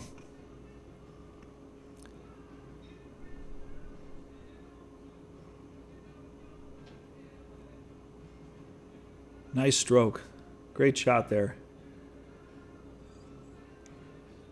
And commentators curse. I swear it's not real. I swear it's not me. But he just pushed the 1 ball. Just missed it after making a great stroke on the 3 and got great position to where he needed to be. Good speed control, made the ball. Not sure what caused that there. Maybe a little rushed. Not sure what caused him to hit that ball just too far into the rail there. It's unfortunate. He was on a good run.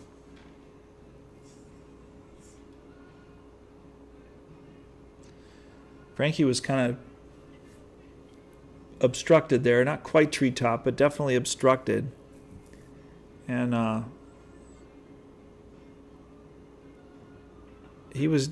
I would say he was trying to make that ball, but I can't be 100% sure. He might have just been laying that up, to be honest. One indication would be he certainly wasn't frustrated at all after he missed. He didn't show any emotion after that ball didn't drop, which tells me that he was really hoping to just lay it up and leave it in the pocket and obstruct his opponent, and also lay the ball up so that he had a breakout opportunity, because that ball was obstructed earlier a little bit by the 6. So the 6 doesn't fall. He had a long, thin cut down the rail. He had to, what some people have referred to as walk the dog down the rail, and gave Frankie an opening. Frankie makes a combo and then sees the trouble on the 11, doesn't see a way to travel up there, and elects to play safe. And I think the angle that he hit the 13 ball at, the amount of ball that he exchanged between the cue ball and the object ball there, might have left more of a window than he intended for his opponent, Doug, to get a clean shot at maybe a bank here or some other safety. He double kissed it. just slow rolled it down to the one ball on the top rail there, and played a smooth speed trying to get a safety there. I'm not sure that he was purposely double kissing that ball. I don't believe he was. But it's somewhat functional even if he didn't. I think he was probably trying to hit that about a quarter of a ball and then lay down underneath the 5, if I had to guess. Fortunately, Frankie is just scratched after making a nice shot on the 15. He tried to play a really touchy, really tight save here on the 10 ball, and you can see his aggravation there as he slaps the table and kind of walks away. Yeah, I don't blame you there. That's really frustrating to go from a lock-up safety that you see in your mind and a very good chance at a ball in hand to giving away the game ball in hand shot the other way. You're expecting to get ball in hand, and instead you give up ball in hand. That's a pretty big swing. That's unfortunate there that he got just a little too much. Just a little too much on that. And now that could be that he was trying to hit below center and just kind of slide into the ball and take a lot of speed off of it, hitting it very, very subtly. Or it could be that he actually caught the ball just thin, cutting the object ball just too thin, and then there was just more speed left on the cue ball, and it went just a little faster than he was intending. That's unfortunate. Well, Doug is on his way. Tried to make a break out there, and I believe he just snugged up on the 8 ball. He still has a shot. He can still stay at the table, but maybe he doesn't have a shot at the pink there. It's possible that he does. It's too hard to tell. So you kind of just, for those that view a lot of pool on live stream or on TV or what have you, again, you're kind of reading the facial expression. You're kind of reading the head tilt, kind of the shoulder shrugs, if you will. And that way you can usually tell demonstrably if they can make it or if it's clear or not, if you can't physically see the ball or the path. We don't have a zoom in camera here for that shot, but hell of a shot. What a shot. I have to admit, I didn't expect that to go in. He made a great shot there.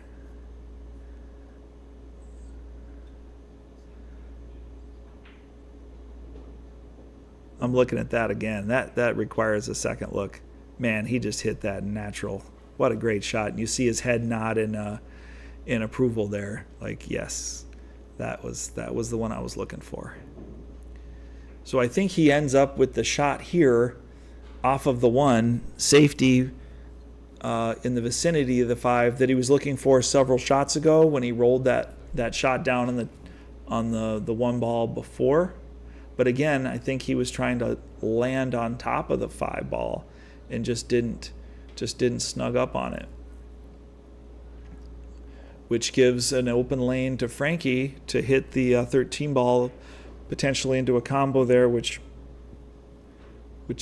didn't go. It was certainly a very challenging shot, but you really want to get snug onto that 5 and just tighten it up there to have a better safety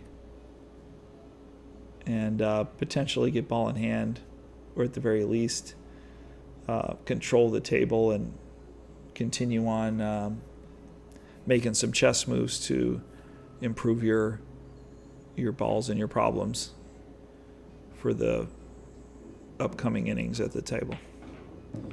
So he made a nice breakout there. He got a little frisky with the 8 ball. That would have been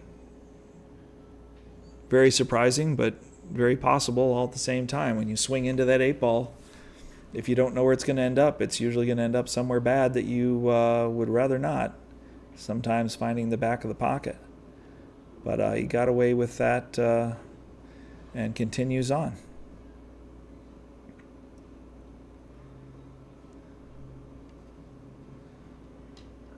So he's looking at the 2 ball. I don't think that's the right shot, personally, but he did make it. He got an extremely fortunate double kiss off of the 14 that projected him up table a little further, which makes his shot on the 5 that much easier. Personally, I think he would have taken the 5 earlier, but to each their own. Wasn't a cardinal sin by any means, but he played really nice speed there on that 5. He slowed the cue ball down with some low tip position and just slid over, keeping a pretty good angle on this 7 ball. And he had some outside right on it as well. That was a shot he played earlier that kind of swerved out and caused him to miss. But again, being more confident in his stroke and probably having a little more table awareness and familiarity with the speed and the friction conditions on the table, he was able to play that much more successfully this time around. And to be fair, the shot was a little bit less challenging than the earlier shot. So just some things to look for in the momentum shifts and the ebbs and flows of matches and how individual players can rise and fall or exceed expectations as the match continues to go forward. He's ended up with a bank here on the 8 ball. I like playing seemingly a little more obvious shot to the top corner on the right of your screen where there's a funnel on the 11 ball, but he chose to play it the other way and drains it. So what do I know? The angle was definitely more favorable to shoot it that way, and so you can't blame him for that. Looks like Frankie's taking a break and Doug will join him with a replay there. He hit that really nice speed, really nice angle, just dribbled it in. He kind of shook his head there. He wasn't quite sure it was going to go, seeing how tight these pockets play and a few rattles and jars that a couple of the earlier shots have resulted in certainly gave him a little pause there, wondering if that 8 was actually going to drop in or not. Understandably so, but he hit it great.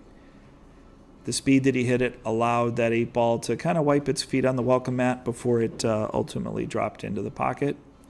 And the angle was actually pretty natural on that 8 ball. So understandably so that he took the more natural angle, and that actually is a pretty good shot. In retrospect, I think I might have played it the same way, to be fair. But I do like the funnel. Off the rail, off the 11, he could have definitely hit that ball a half a dozen ways in a half a dozen places and still been a very big threat to make the pocket, even if he wasn't spearing it straight in with the perfect speed and the perfect angle and the perfect spin. He still could have made that ball dirty, as some people have called that. But anyway, pontification for another day. He shot the shot. He made it. Got to go with your gut. Got to go with your instincts. We'll pause at 7-5. And Doug has achieved a 2-game lead, which is the most he's had in the entire match thus far. And it is also his break off of a momentous 8-ball bank shot to secure the victory. And he's inching his way ahead. So Frankie's got to get it to go the other way here pretty quickly before he's up against it. So great match so far.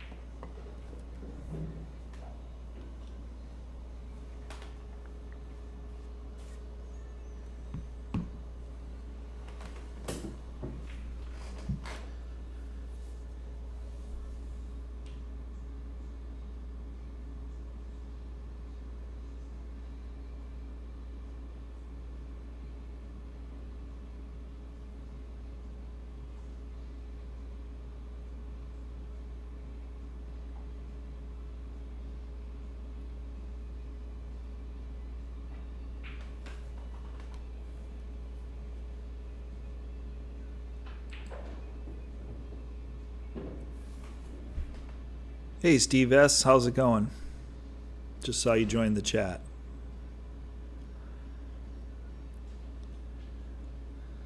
Ramiz is also taking a break, apparently, as well, Frankie's brother.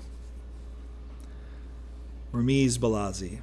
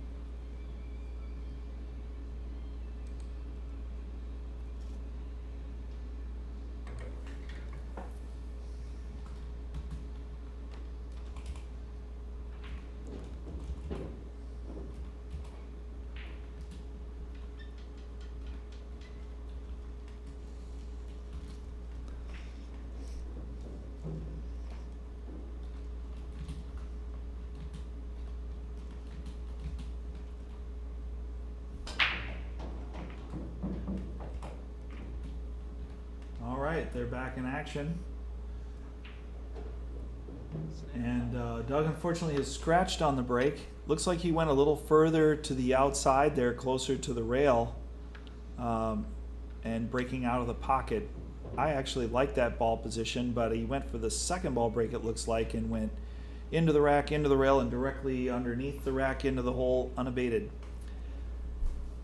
Hit the second ball, hit the rail, and then went straight across the bottom of the table into the scratch with that second ball break.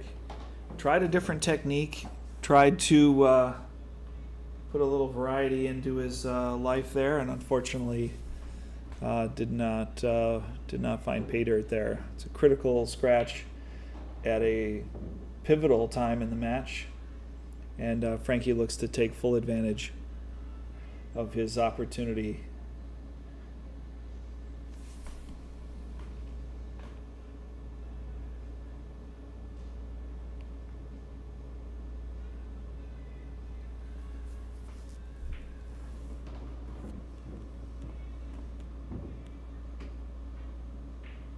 Yep, a little bit of pep in his step there, a little bit of urgency in the timing here is shown by Frankie's disposition at the table. And no, my eyes are not that good, but it appears that Frankie may also be playing with a white carbon shaft as well. WHYTE, white carbon.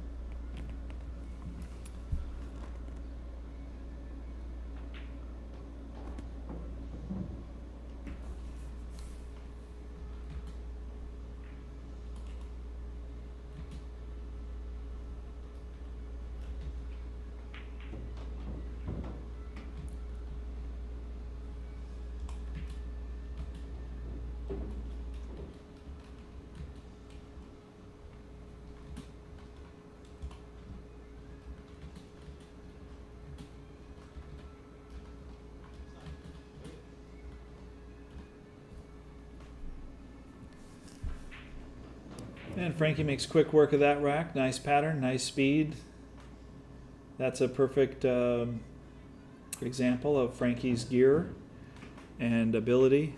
That's how he works through the table.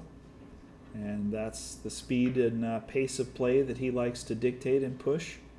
And he's very comfortable in that way. And that's the result he was looking to achieve. Getting a nice clean run out there off of a error from his opponent Doug on a scratch break. Ball in hand anywhere on the table. Take the favored balls and get to work. Nice job executing there, Frankie, on a much needed win, pulling him back into very close proximity at 6-7. Doug leading the match by 2 games, and then subsequently scratching on the second ball break attempt, and Frankie takes ball in hand to bring it to 6-7. Nice break there.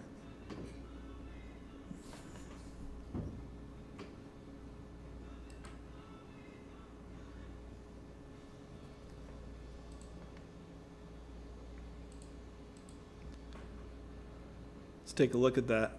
Almost scratched straight back. If you look at where the cue ball position was when he started, the cue ball hit the one so full and came straight back. He almost scratched in the pocket he was breaking from, but not that close.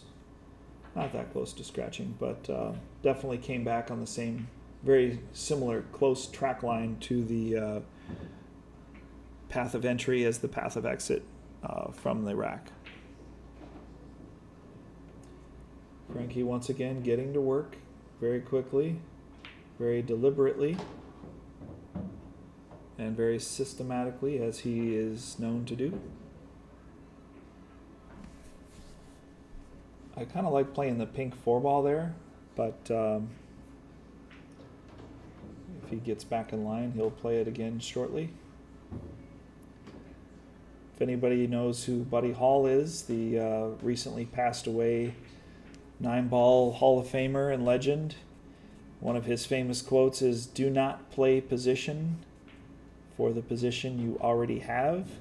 And that was in my mind, a classic example there of passing up position on a very tough ball that you are then shooting a different ball to try and get back to position that you had already gained.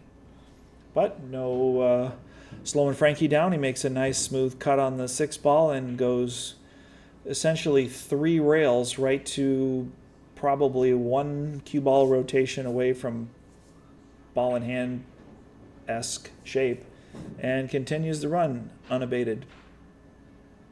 So managed to get there anyway, and unfortunately has put himself at a tough angle to travel back to the middle of the table where the 7 is. His second to last ball is not an ideal angle, and after pocketing that ball, he's left himself a kick shot on his last ball. And he made a valiant attempt at it, but he was really in a pretty bad spot there. I don't think he could do anything other than just shave the very edge of the 7 for a hit, and then there really isn't a safety that I can see there, so he just had to go for it. Made a great attempt at it, but just a bit stiff on that angle or that speed, one or the other, and did not pocket the brown 7 in the side, and left a little bit awkward here for Doug. So we'll see what he likes here for. I suspect a safety, but we'll see how he feels about it. He can certainly make the 10. It appears that has a tunnel into potentially a scratch, or kind of shaving the inside left of the edge of the 14 ball, which sends it towards the 7, which I definitely don't like. I don't think he can hit a lot of the 10 enough to draw into the 14 ball much thicker,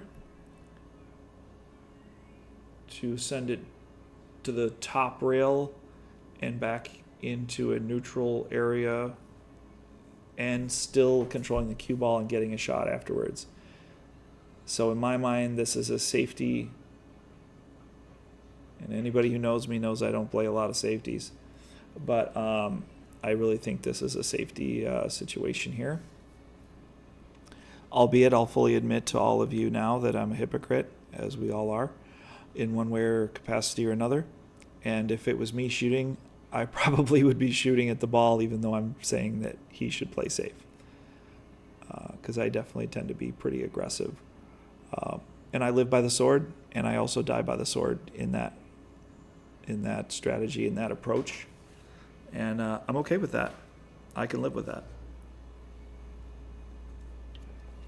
But a valiant effort on a insurmountable scenario where there's no real payoff. The safety is absolutely the way to go. Because if he makes this 10 and knocks the 14 ball somewhere, and I do mean somewhere, there's no real reward to get position and run out. We'll see if he gets away with it and tempts fate or not. He was able to hit that a little thicker than I could see on my screen here. So that's good that he didn't move the 14 into harm's way near the 7. So that's definitely a positive. Unfortunately, he can't shoot the 14 ball because the 7's in such a way that it really kind of blocks the whole pocket. It's just in an awkward position where it kind of covers a lot more ground or plays big. The 7 ball plays big, as they say. It's kind of covering a lot more area angularly than it does physically. So he did play a good shot there as a response. He didn't really have a choice, in my opinion. He had to play safe on the 9, but he does brush that ball open for future reference, and he leaves Frankie a very challenging kick, but a possibility to make it. Frankie plays it short there and just misses the front side of it. I don't know that he would have had enough momentum to get to the rail after contacting the 7 ball thinly there, had he been just a hair further. But either way, his safety that Doug made there, even though it was one shot deferred, still was very successful. And ultimately gave him ball in hand. And he's pursuing the lead of 2 racks once again. Let's see if he can close out here and get up 8-6, renewing his 2-game lead that he had just a short moment ago before scratching on the break, going for a 2nd ball break attempt, scratching and leaving Frankie the run out to claw back within 1 game.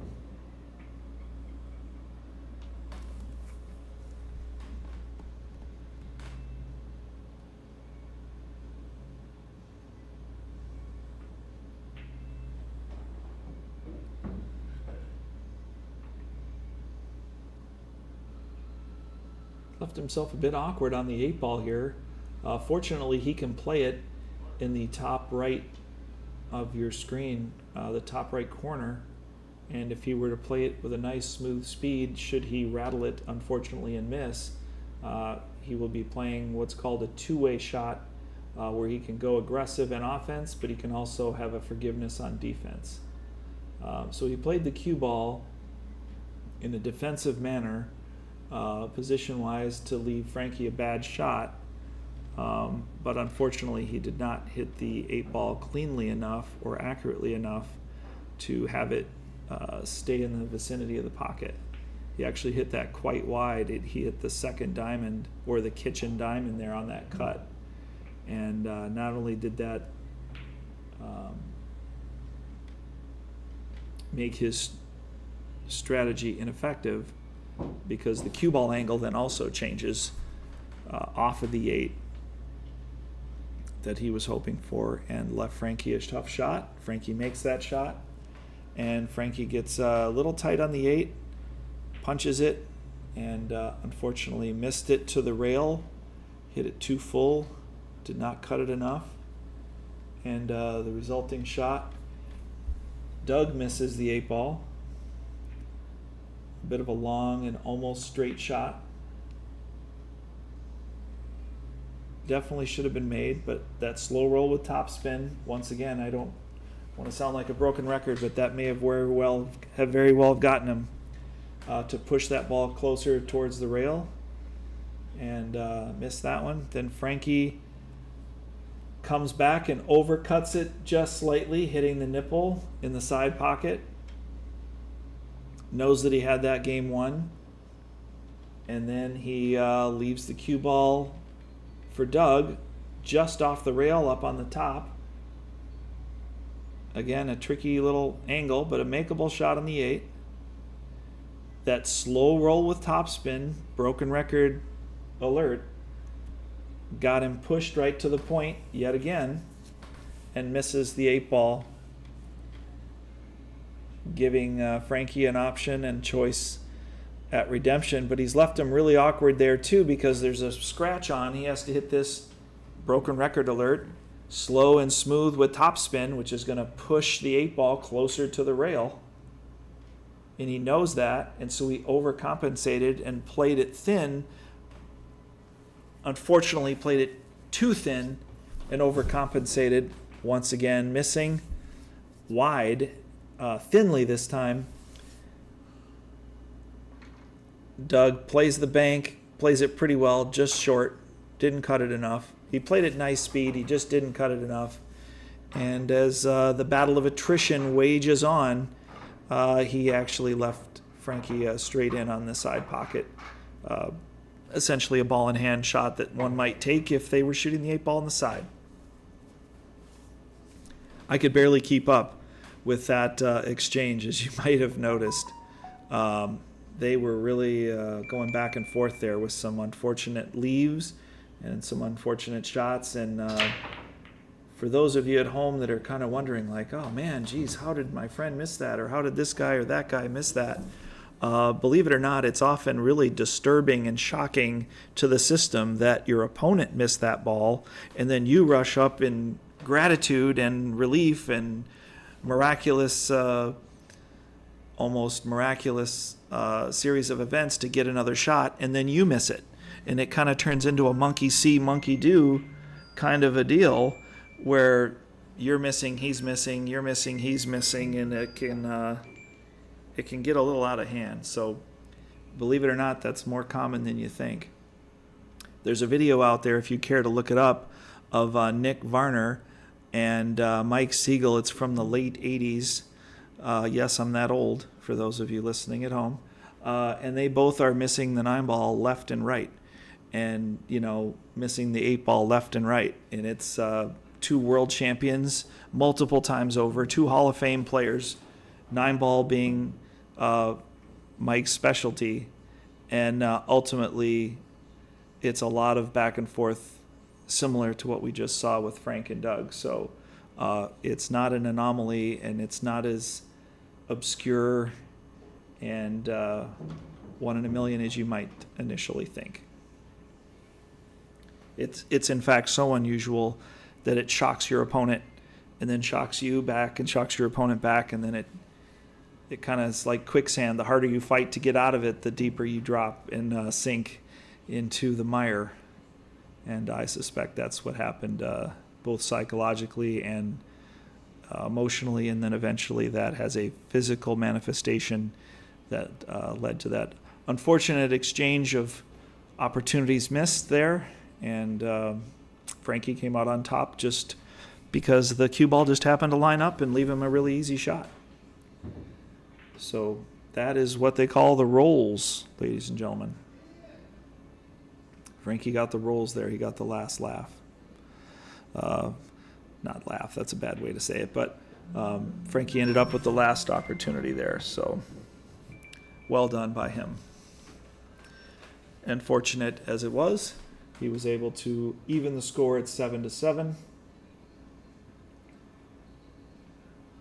And it looks like he's doing some work here with the solids, but his last ball, once again, his nemesis, the 7, is his last ball. Hopefully he's able to make a clean hit on this too. He's really overstretched. I suspect that he would definitely need an extension on the back of his cue to make a good clean shot on this 2 ball.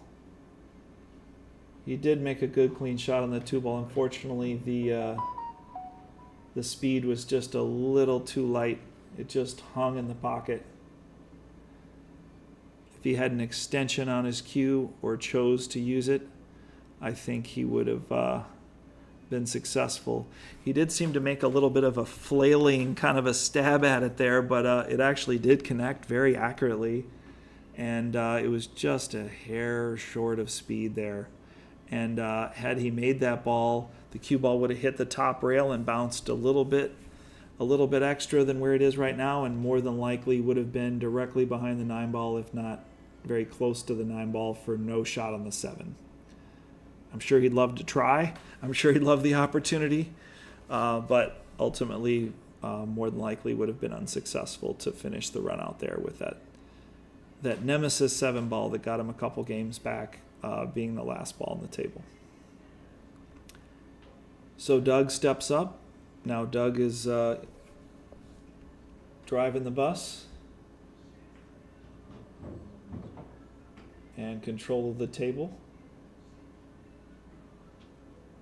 That 2 ball, again, like I referred to earlier, blocking the pocket, could come into play just as the stripe blocking the pocket on the top corner did a couple games ago. We'll see if he has an answer for this 10 ball. There's definitely some options there. It's not the end of the world that he doesn't have to play it in that bottom right corner where the 2 ball is, but he's going to have to maneuver around the table and come up with an answer to get below it, or to play a bank shot, maybe I think is a little bit too low percentage. Ideally, probably doesn't want to play a bank shot on the 10 ball. Looks like he's going to try and push through it. I like this shot. So he cut it a little too much there. For those of you at home that may be watching or learning from this live stream match, you have to hit the 2 ball very full to get those balls to roll through. And he just cut it too much to be able to allow that to happen. He left Frankie a tough leave, but he banks it in, fires it in the side pocket, center of the hole. Just a strong, aggressive, confident stroke. Snaps it in with draw, makes the 8 in the side pocket, and away he goes. So he was forgiven for that shot on the 2 ball, kept him in the game, and comes out with a big shot on the 7 right when he needed it. Frankie ain't afraid of that 7 ball. I called it his nemesis, but he wasn't listening. He paid me no heed. He just fired it in the hole, confident stroke, snapped it in. Now he certainly tried to get a little bit more draw off of that 7 ball there to get a little nicer angle on the 8 ball, but he was just fine. Cut it in the side, nice and thin, nice and smooth, and continues on, 8-7. Oh man, rattled out the 14 in the side pocket, but the last ball moving on the table, the 6 ball, comes to his rescue and drops. So funny how often the last ball moving is the one that ends up going in, if you have a dry break up to that point. Oh no, he did make an earlier ball, I apologize. He made a stripe in the same side that the 14 rattled on, and then he made the 6 in the corner, last ball moving, for his 2nd ball. I misspoke. All right, Drew, are you cheering for Frankie? Ramiz is cheering for Frankie, of course. I think it's past Drew's bedtime. It's almost 9 o'clock. So maybe Drew should say goodnight and go to bed.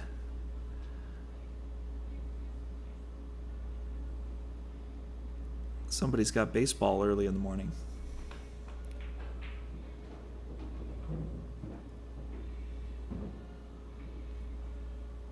But then again, it's not a school night, so hey, Drew, stay up and watch a lot of pool if you're enjoying the match, and that goes out to the rest of you as well. If you're enjoying the match, certainly stay up with us on a Friday night or Saturday night. I apologize, and watch a little bit of live stream pool. This is live. This is happening at Slate Billiards. This is the $5.99 and under Slate Billiards Club tournament. And they are getting into the money rounds here at Slate Billiards Club. Again, live on the live stream table. Table number 1 at Slate Billiards Club in St. Paul. Please do click the like button if you're enjoying this match. And please share it with your friends. Or you can save it and watch it later. If you're unable to continue on and watch it live, you can always re-watch at a later time and hit the pause button and second guess all the things I've said on live stream, and second guess the shots or decisions or choices that the players have made, or maybe learn something valuable along the way in the finer points or finer details. Please do subscribe to the Slate Billiards Club YouTube channel as well, and see future content and future live stream matches, as we are coming out with new content on a regular basis with all of our Slate Billiards Club tournament $5.99 and under live stream matches. So an exchange there back and forth. Frankie was in the driving the bus there, and he's now submitted control back to Doug, control of the table, and he's looking at some solids that don't appear to be going his way, if I'm not mistaken. I think he does have a shot, but it is definitely not desirable. He's got himself into a little pocket there, a little window that is a little tough to squeeze out of.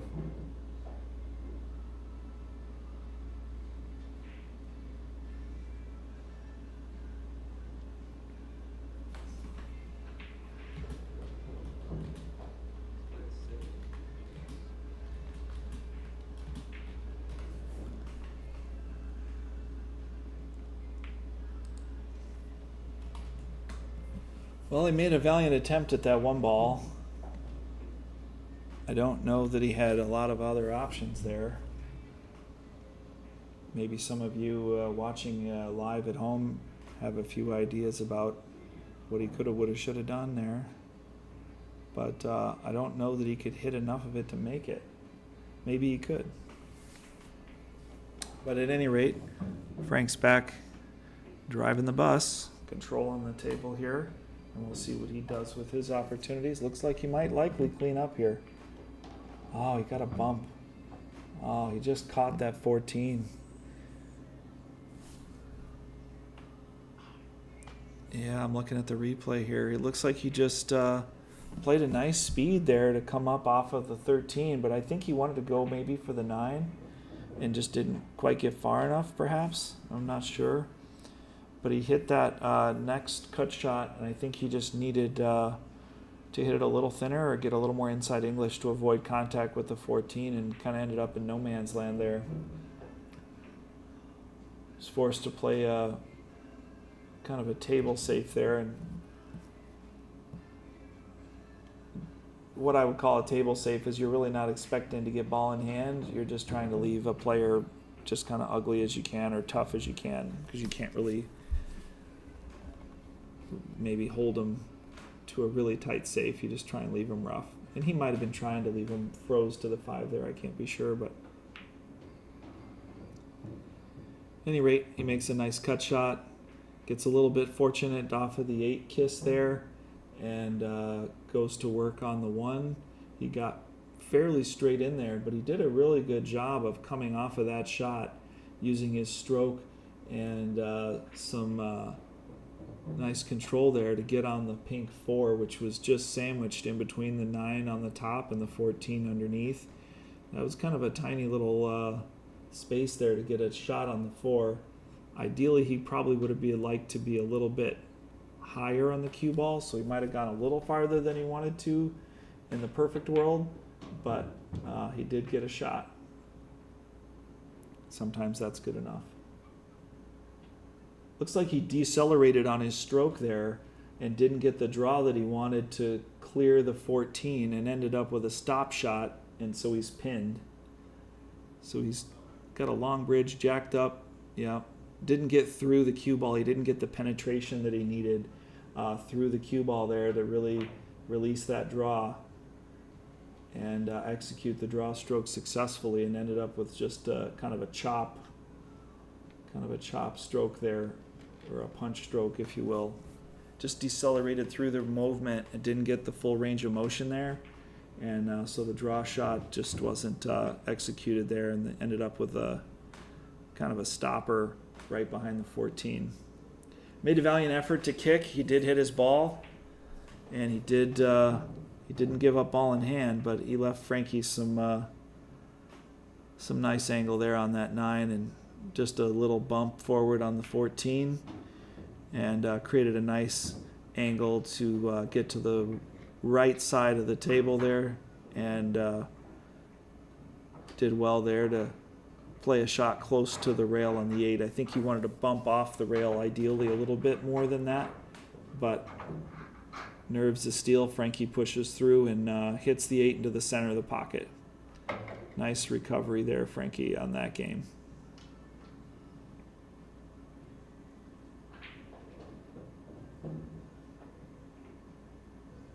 Well, it's 9-7. We're getting down to the, if not the wire itself, close enough to the wire. And Frankie's really just capitalized on some unfortunate errors from Doug to really regain the lead here in the third or early fourth quarter, if to use football terms. Frankie is still breaking from that same spot, very similar spot that he's used. I don't know that he's changed spots more than once. He must really like that spot that he's breaking from. He hit that a lot fuller on the 1, but with less cue ball movement. So he didn't get any draw on that cue ball, or not much at all if he did any. Doesn't seem like he hit the speed that he was previously breaking with, a real high speed break, and he's kind of toned it down a little bit as he's seen the results of breaking as hard as he was, just weren't making balls. That could be a conscious decision, or it could just be a bit of chance, but I suspect that was purposeful, that he did take some speed off intentionally there to try and get some better results. So he's kind of looking at how to weave his way through this table here. He liked the 11 ball. He kind of just went cruising around there, 3 rails, kind of wrecking ball style into the pack there.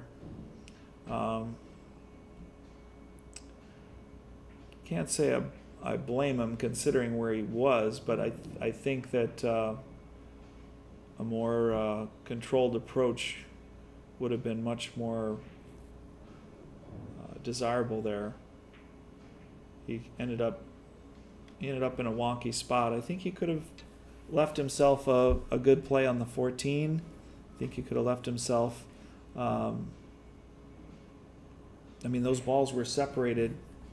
I don't feel like they needed to be broken out. He could have threaded his way through there and pocketed those balls, but that was the way he saw it, and that's the way he approached it, and kind of was rolling the dice there and went a little ham with the cue ball, and you can certainly get away with that, and you can certainly make it look good, but more often than not, that's a low percentage play, and you do pay the price for it. Once again, Vice President of the Hypocrites Club, I've been known to do that myself, and sometimes you look like a genius, and sometimes you look like you wish you wouldn't have done that. So I'm just as guilty as the next of playing aggressive and playing a little bit caution to the wind and rolling the dice, and sometimes you come up snake eyes, and it's a tough spot you end up in, just like Frank did there, but he made the most of it. He tried to play kind of a table safe again, not exactly safe, but just trying to leave him in a tough spot with the limited options that he did have. Just kind of make it tough and ugly on your opponent. And Doug has returned with a similar strategy, a similar approach, just keeping Frankie at bay and trying to keep the cue ball on the top side of the table, but he did just leave Frankie a window there. Didn't quite get on the 6 or onto the rail on the top side of the table as he might have liked, and little bit of good fortune for Frankie there. He did leave him an opening. He did leave him a shot on the 13 ball, and he drew that.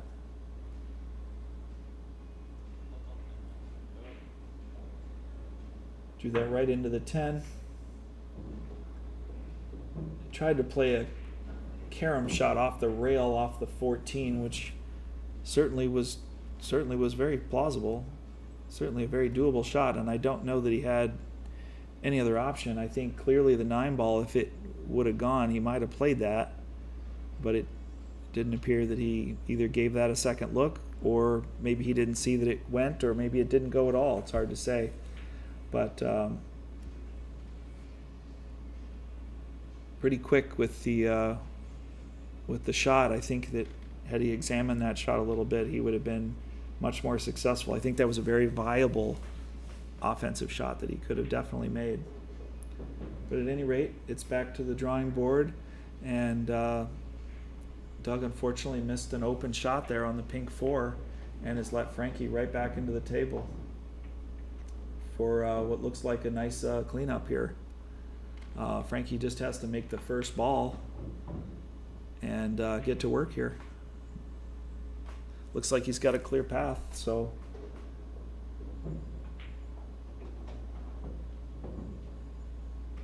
here he goes.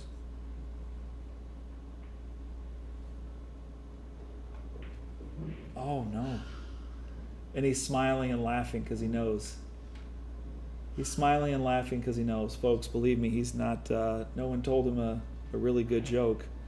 He's laughing and smiling out of self-awareness and knowing that he had it and that he stood up in his stroke and missed a winning opportunity there. It's good to see that he has a sense of humor about it. I know earlier he was definitely expressing some frustration and some emotions otherwise. But unfortunately, looks like he lost his pre-shot routine or his kind of his integrity of his stance and whatnot when he kind of jumped out of that shot there. It was definitely a challenging shot, a very missable shot, but also a very makeable shot. It looks like his fundamentals might have broke down on him a little bit there, attempting to make that last ball. But Doug's going to work here. He's got a wide open table, no pockets blocked, no combinations, no breakouts, no funky, balls in the middle of the rail or anything like that. He's got a nice little pick-me-up, forget what I just did game, and continue rolling on.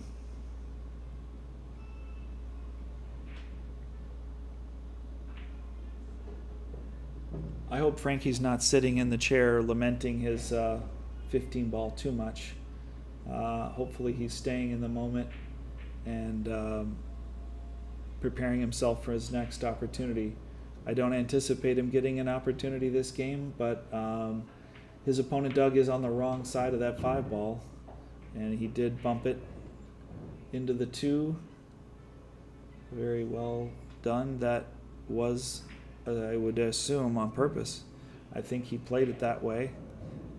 I don't think he could have held that ball up short in the manner that he was shooting it. He shot it with topspin and he shot it with some pace. So it does seem to me that that was his intention to do that. And it came out well for him. Good job, Doug. He made the most of it there. Got his extension on the back of his cue, so he had an effective reach and was able to cue the 2 ball effectively there with that extra length. Rolled up nice on the 8 ball on the side and tapped it in. That's a very missable 8 ball too, believe it or not, but his position helped him a little bit there in the angle that he had to enter the pocket.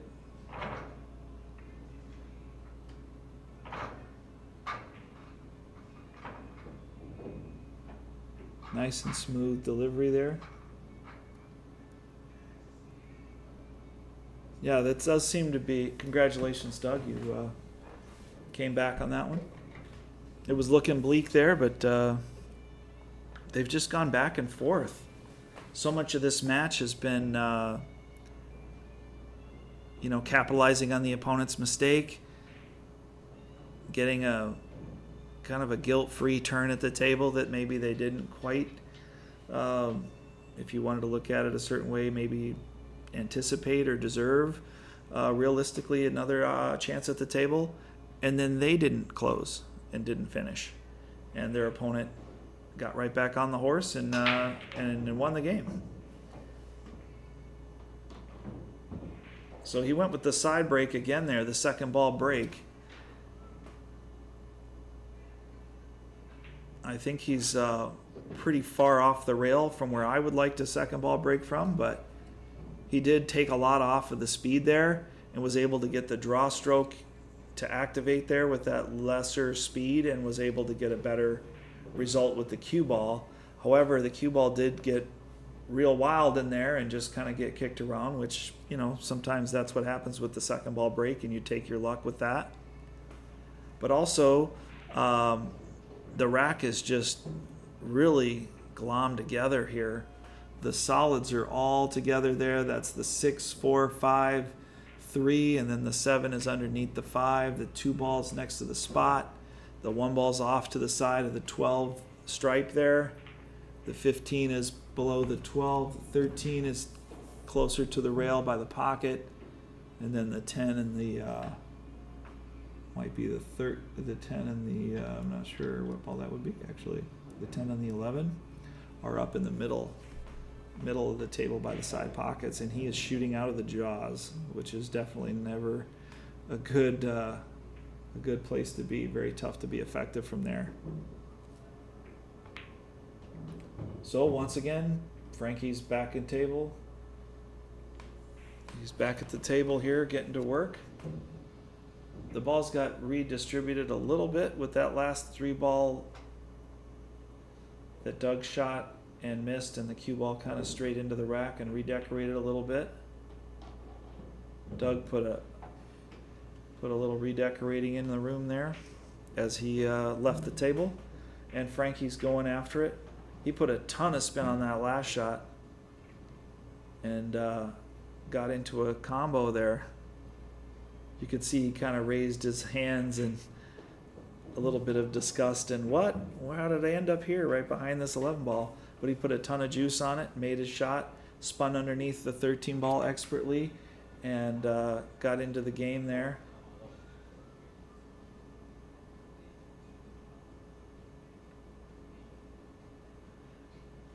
So he played one combo and then played a next combo and just lost it a little bit on that 2 ball. Just missed the combo on the 2-7. Just hit that 2 a little bit too full and then cut the 7 just a little bit too far over to the rail. Very, very disappointing for Frankie. He did a lot of work there. He really was lifting all the heavy boulders and then kind of left the pebbles behind for Doug to clean up there.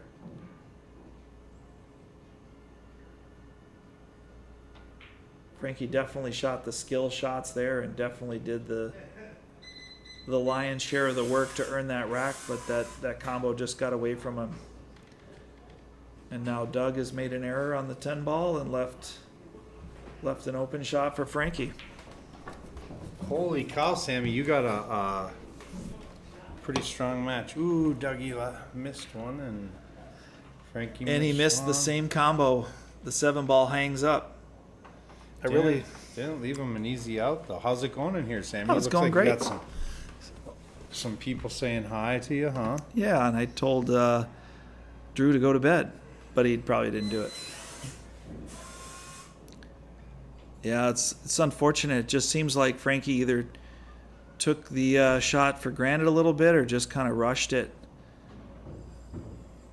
The first shot that he missed on the combo was definitely an off angle and was definitely a tricky shot, a makeable shot, but definitely a challenging one. But the last one there was definitely a much easier combo and a much more high percentage combo that he just kind of let get away from him there. That's really unfortunate. he was definitely in a winning position there to take over, but led his opponent back to the table. But this is no easy out either. I mean, it's very fortunate that in missing it, he did hang the 7 in the pocket, so that might be a factor later in the game. But Doug's got to navigate some puzzles here. He's definitely got to come up with a recipe here to figure this out or find a good way to play safe.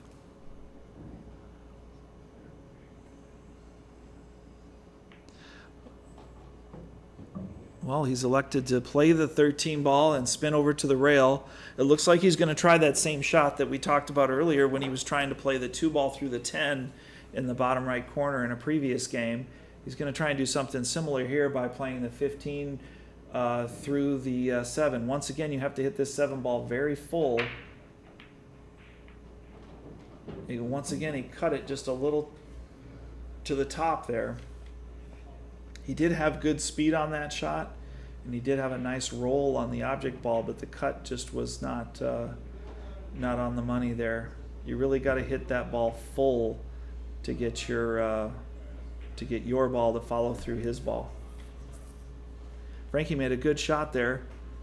He was left with a tough ball on the 2, and he took his time there. He really took his time and put his warm-up strokes in to make that.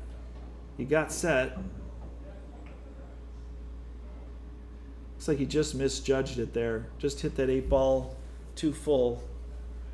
Everything looked good in his fundamentals and his pre-shot routine. I think he just misjudged it there, and maybe wasn't lined up on the shot from the stance or from the earlier approach and preparation to the shot. I'm not sure.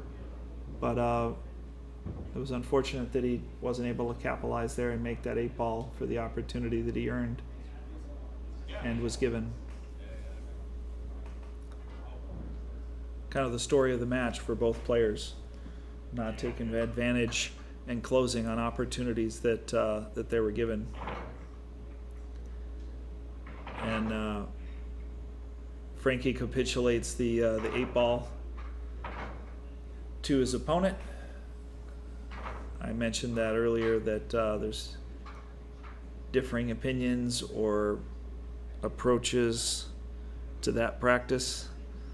I won't be too redundant with going over them again. But at any rate, he did play very good position and left himself a very nice shot on the 8 ball. I think, again, due to frustration and disappointment, lamenting his opportunities, Frankie in the chair may have been just conciliation there and giving him the 8 ball shot without making him shoot it.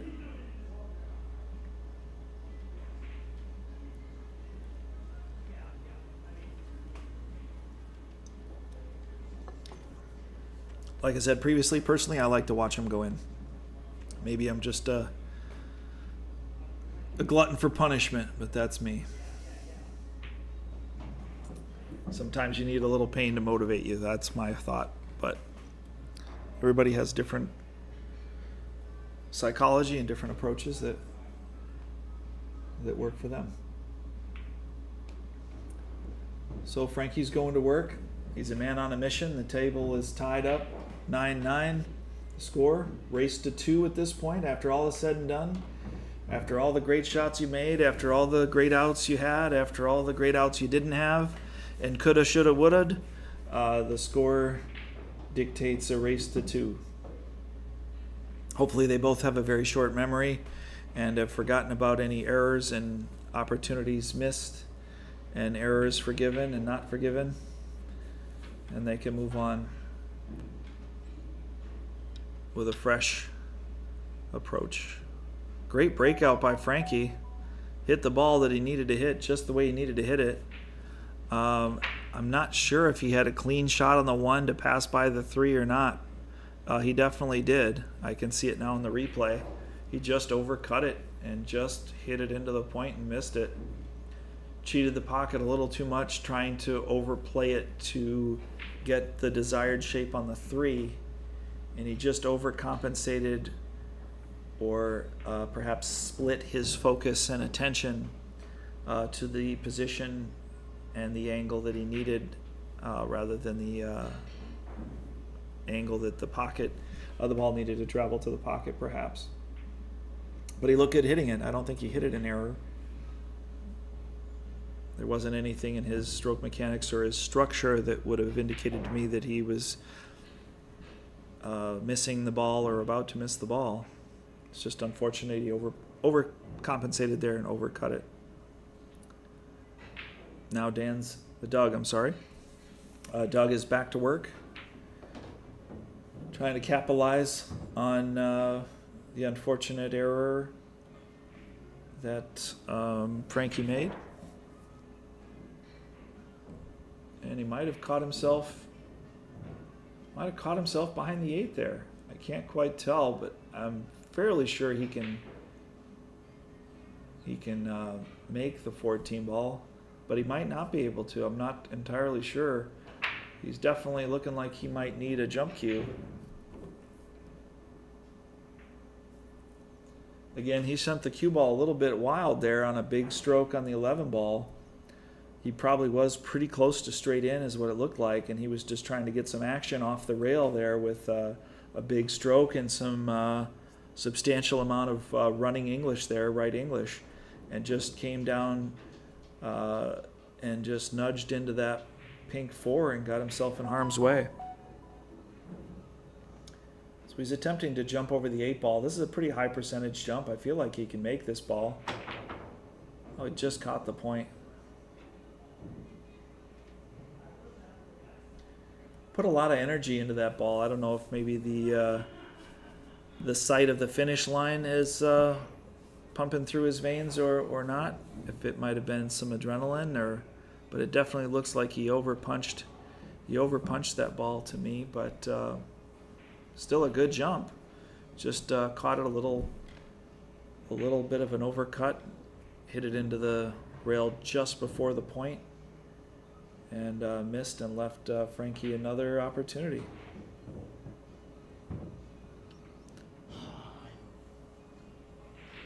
Winding his way through the balls, he looks like he was trying to get a shot on the 1 there, or elected not to take it, and ended up making the 4 and putting himself in harm's way. Didn't get enough draw back there. Again, that punchy speed stroke there. He needed to get through the ball. He needed penetration through the cue ball to really execute that stroke, and so he didn't get the distance. The cue ball just didn't go the distance to leave him a clear shot on the 1, and he had to do a kick shot there. Certainly could have gone to the bottom rail there, the first rail on the left side and the bottom rail, and made a contact. Definitely could have threatened to make the pocket, definitely could have threatened to hold the pocket up for blocking a couple of his balls, but unfortunately that didn't occur, and he did foul. Again, especially considering this point in the match and the score, definitely would have liked to see Frankie be a little more deliberate there and, kind of map out where he had to go and what he had to get. I think the frustration of the previous shot, leaving him in that position, clouded his pre-shot routine and clouded his emotions maybe a little bit. So he just kind of wanted to rip the Band-Aid off there and kind of go a little ham and go a little aggressive desperation there, but understandably so. So Doug's back to the table, working his way through the balls. Looks to be in a good spot here with his last couple remaining balls here.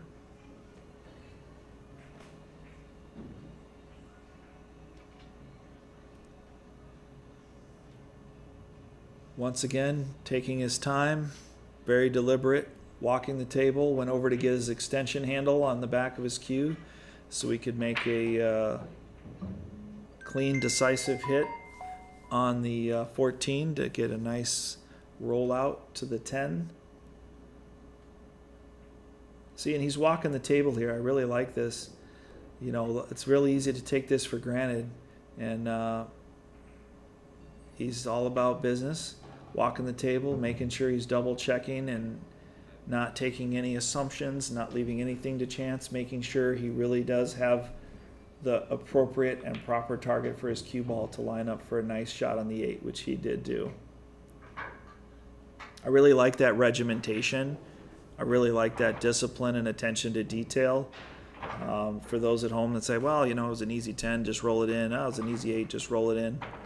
It's also really easy to get out of line on that shot. It's also really easy to maybe cheat the pocket or inadvertently put some English on there and end up in the weeds and have to make a bank or a tough 8. It's a lot easier than you think. And the other thing is that maybe you actually hit the ball perfect. Maybe you cut it in just the way you wanted to cut it in. Maybe your speed was just the right speed. Maybe your stroke or your spin was just the right amount. And you get to exactly where you thought you wanted to be, and then you look at this shot and you're like, man, I'm on the wrong side of this ball. Man, this is actually not a good place to be. And how that happens is by not walking the table, getting and standing as if you're shooting the next ball and you've already made the previous ball, and really illuminating exactly where you need to be rather than thinking and assuming, that's where I'll be over there. So good discipline on his part. I really like that. All right, it's 10-9. Doug's on the hill. He went with that second ball break again. Again, you'll notice he kept that pace, pretty medium speed there. Didn't really hammer it like he did on the one where he kind of auto scratched below the rack. He's really taken some speed off there. Quite honestly, it looked like he very easily could have auto scratched there. He just about did. That's a factor of not getting that draw to activate, either due to not putting a good draw stroke on the ball or just simply hitting it too hard. If you hit that cue ball with a lot of speed, it's going to keep that angle and slide along that tangent line, and it's not actually going to activate the draw. So you're really not going to draw that much. You're going to just slide along that same angle before the spin really gets a chance to take traction. And I'd also point out that I think his cue ball, as I said earlier, is too far away from the rail. His cue ball should be closer to that rail to get a bigger contact with the second ball, thereby leaving a lot less energy on the cue ball, and the angle that it takes to the rail and then back into the rack is actually the top side of the rack. In my instruction, I tell people you want to kind of take the top of the snow-covered mountain there. You just want to take the snow off the top, or the volcano there. That's where you really would prefer the cue ball to be, is coming off the second ball as full as possible, hitting the rail, and then coming across the mid or top of the remaining rack and not the bottom. And that's how you end up with the cue ball down there. And it ends up down there a lot, if not scratching below the rack or just not leaving you a shot because you're behind the rack shooting up table into combinations and just not really having any good options whether you make the ball or not. But either way, he's ahead 10-9. There's been some back and forth here with some safeties and some strategic play scenarios here because of that second ball break and the way that he hit it. Without belaboring the break too much more than I already have, the balls tend to tie up. You tend to get into these chess games, which at this point might favor not only the lead player, who is up 10-9 and on the hill, putting a lot of pressure on the opponent, but also stylistically, as Frankie tends to play very fast and loose and very rhythm, fast, kind of fast motion player, that can be doubly effective against that style of play, especially on the hill. But even without being on the hill, you can kind of trap your opponent into making some hyper aggressive decisions and kind of keep him at bay with the pressure on them, and they're the ones making maybe some hyper aggressive decisions, or getting a bit of a hitch in their stroke during some critical shots. But back to the action here. Doug's shot a 2-ball that certainly could have been made, but very tough shooting out of the pocket there, shooting out of the jaws, which is where Frankie put him. He played a little double kiss on his 13 ball and just kind of tapped it down there into the jaws. And, tough to shoot from the pocket, jaws of the pocket. He had a shot earlier on solids a few games back that was a ways off as well, just because shooting from that pocket is really tough with the cue ball. Frankie went for a thin cross bank on the 9-ball there. The 9-ball there, for those of you that know me well, that is my favorite shot. Maybe not in this position necessarily, but I think, you make that shot, you're out. Because the cue ball came down to hit the 10 there. Had he made it, perhaps not. The angle could have changed just a little bit, or the spin could have changed just a little bit had he made that shot versus how it went when he missed. But at any rate, Doug's back driving the bus again, and looking to be in pretty good command of this game if he can pull this shot off right here and get a shot at his 2-ball. He's broken his 2-ball out, as I mentioned, but I think he's got a shot at the 6 here. I think he sees the finish line. He's got to play good position on the 8, and the 2-ball's not a hanger by any means, but he's got it available. If he can execute and keep it together, he should be able to have a nice opportunity to run out and win the match by 2 games, which is the most lead of the entire match, with all the back and forth and opportunities realized and opportunities missed. They've both stayed within 2 games. That was a nice shot there. Not just the pocketing, but just the composure there and getting out. I feel like he's playing the 5-ball here to get back to the 2, and I feel like he's going to end up on the wrong side of the 8-ball if he does that.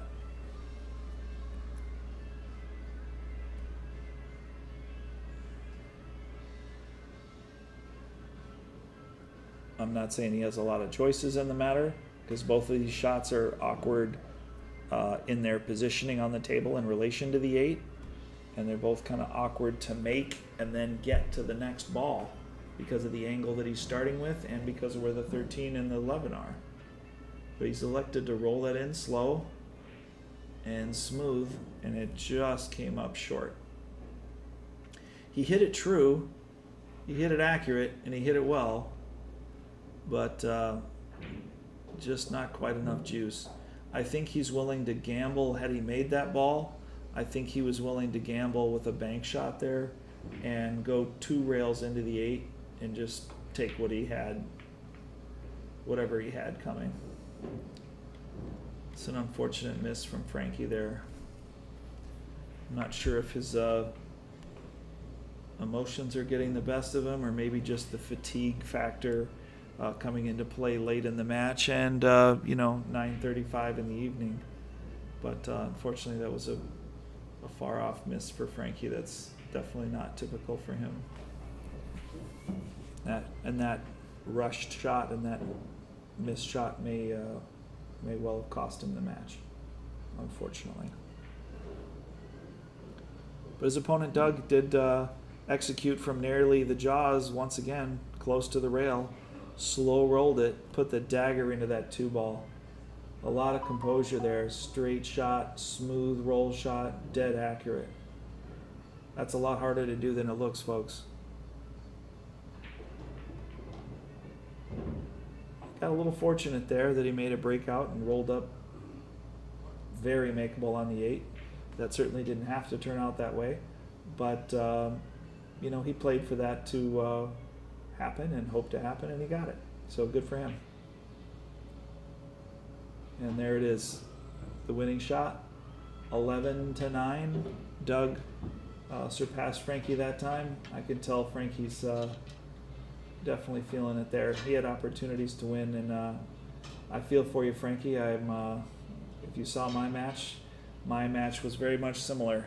Just missed opportunities that were available and just didn't close and didn't finish. So I lost out of my tournament match, unfortunately, in a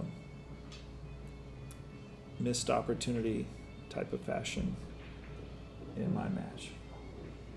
Well, great match, guys. Definitely not showcasing all of the ability and all the skills that they have at their disposal. I don't think either player would say they played to their potential ability or skill, but sometimes you got to win and struggle through. Sometimes you got to just find a way to win even when you don't have your best stuff. And Doug managed to do that. So congratulations to Doug. He made the most of it, made the best of it, sometimes when he was in the worst of it.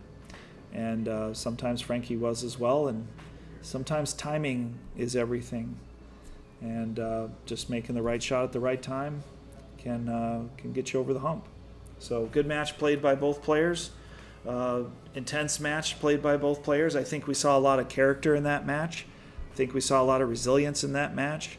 I thought we saw a lot of grit in that match. And I think that both players can come away with some highlight shots that they made. And both players can definitely come away with some lamenting of opportunities that they could have realized and even coulda, woulda, shouldas there. But a nice win by Doug. He managed to overcome the errors that he made, and he was able to capitalize on the strong positive shots that he made as well, and he was able to get over the hill. So 11-9 here at Slate Billiards Club in St. Paul. Congratulations to Doug, and please like, subscribe, and share. This is Sam Howell, along with Dave O'Keefe, signing off. Have a great night, and stay tuned for the next live stream match that will be coming up on our schedule. Have a good night, everybody. Like and subscribe to Slate Billiard Club on YouTube if you haven't. Over and out.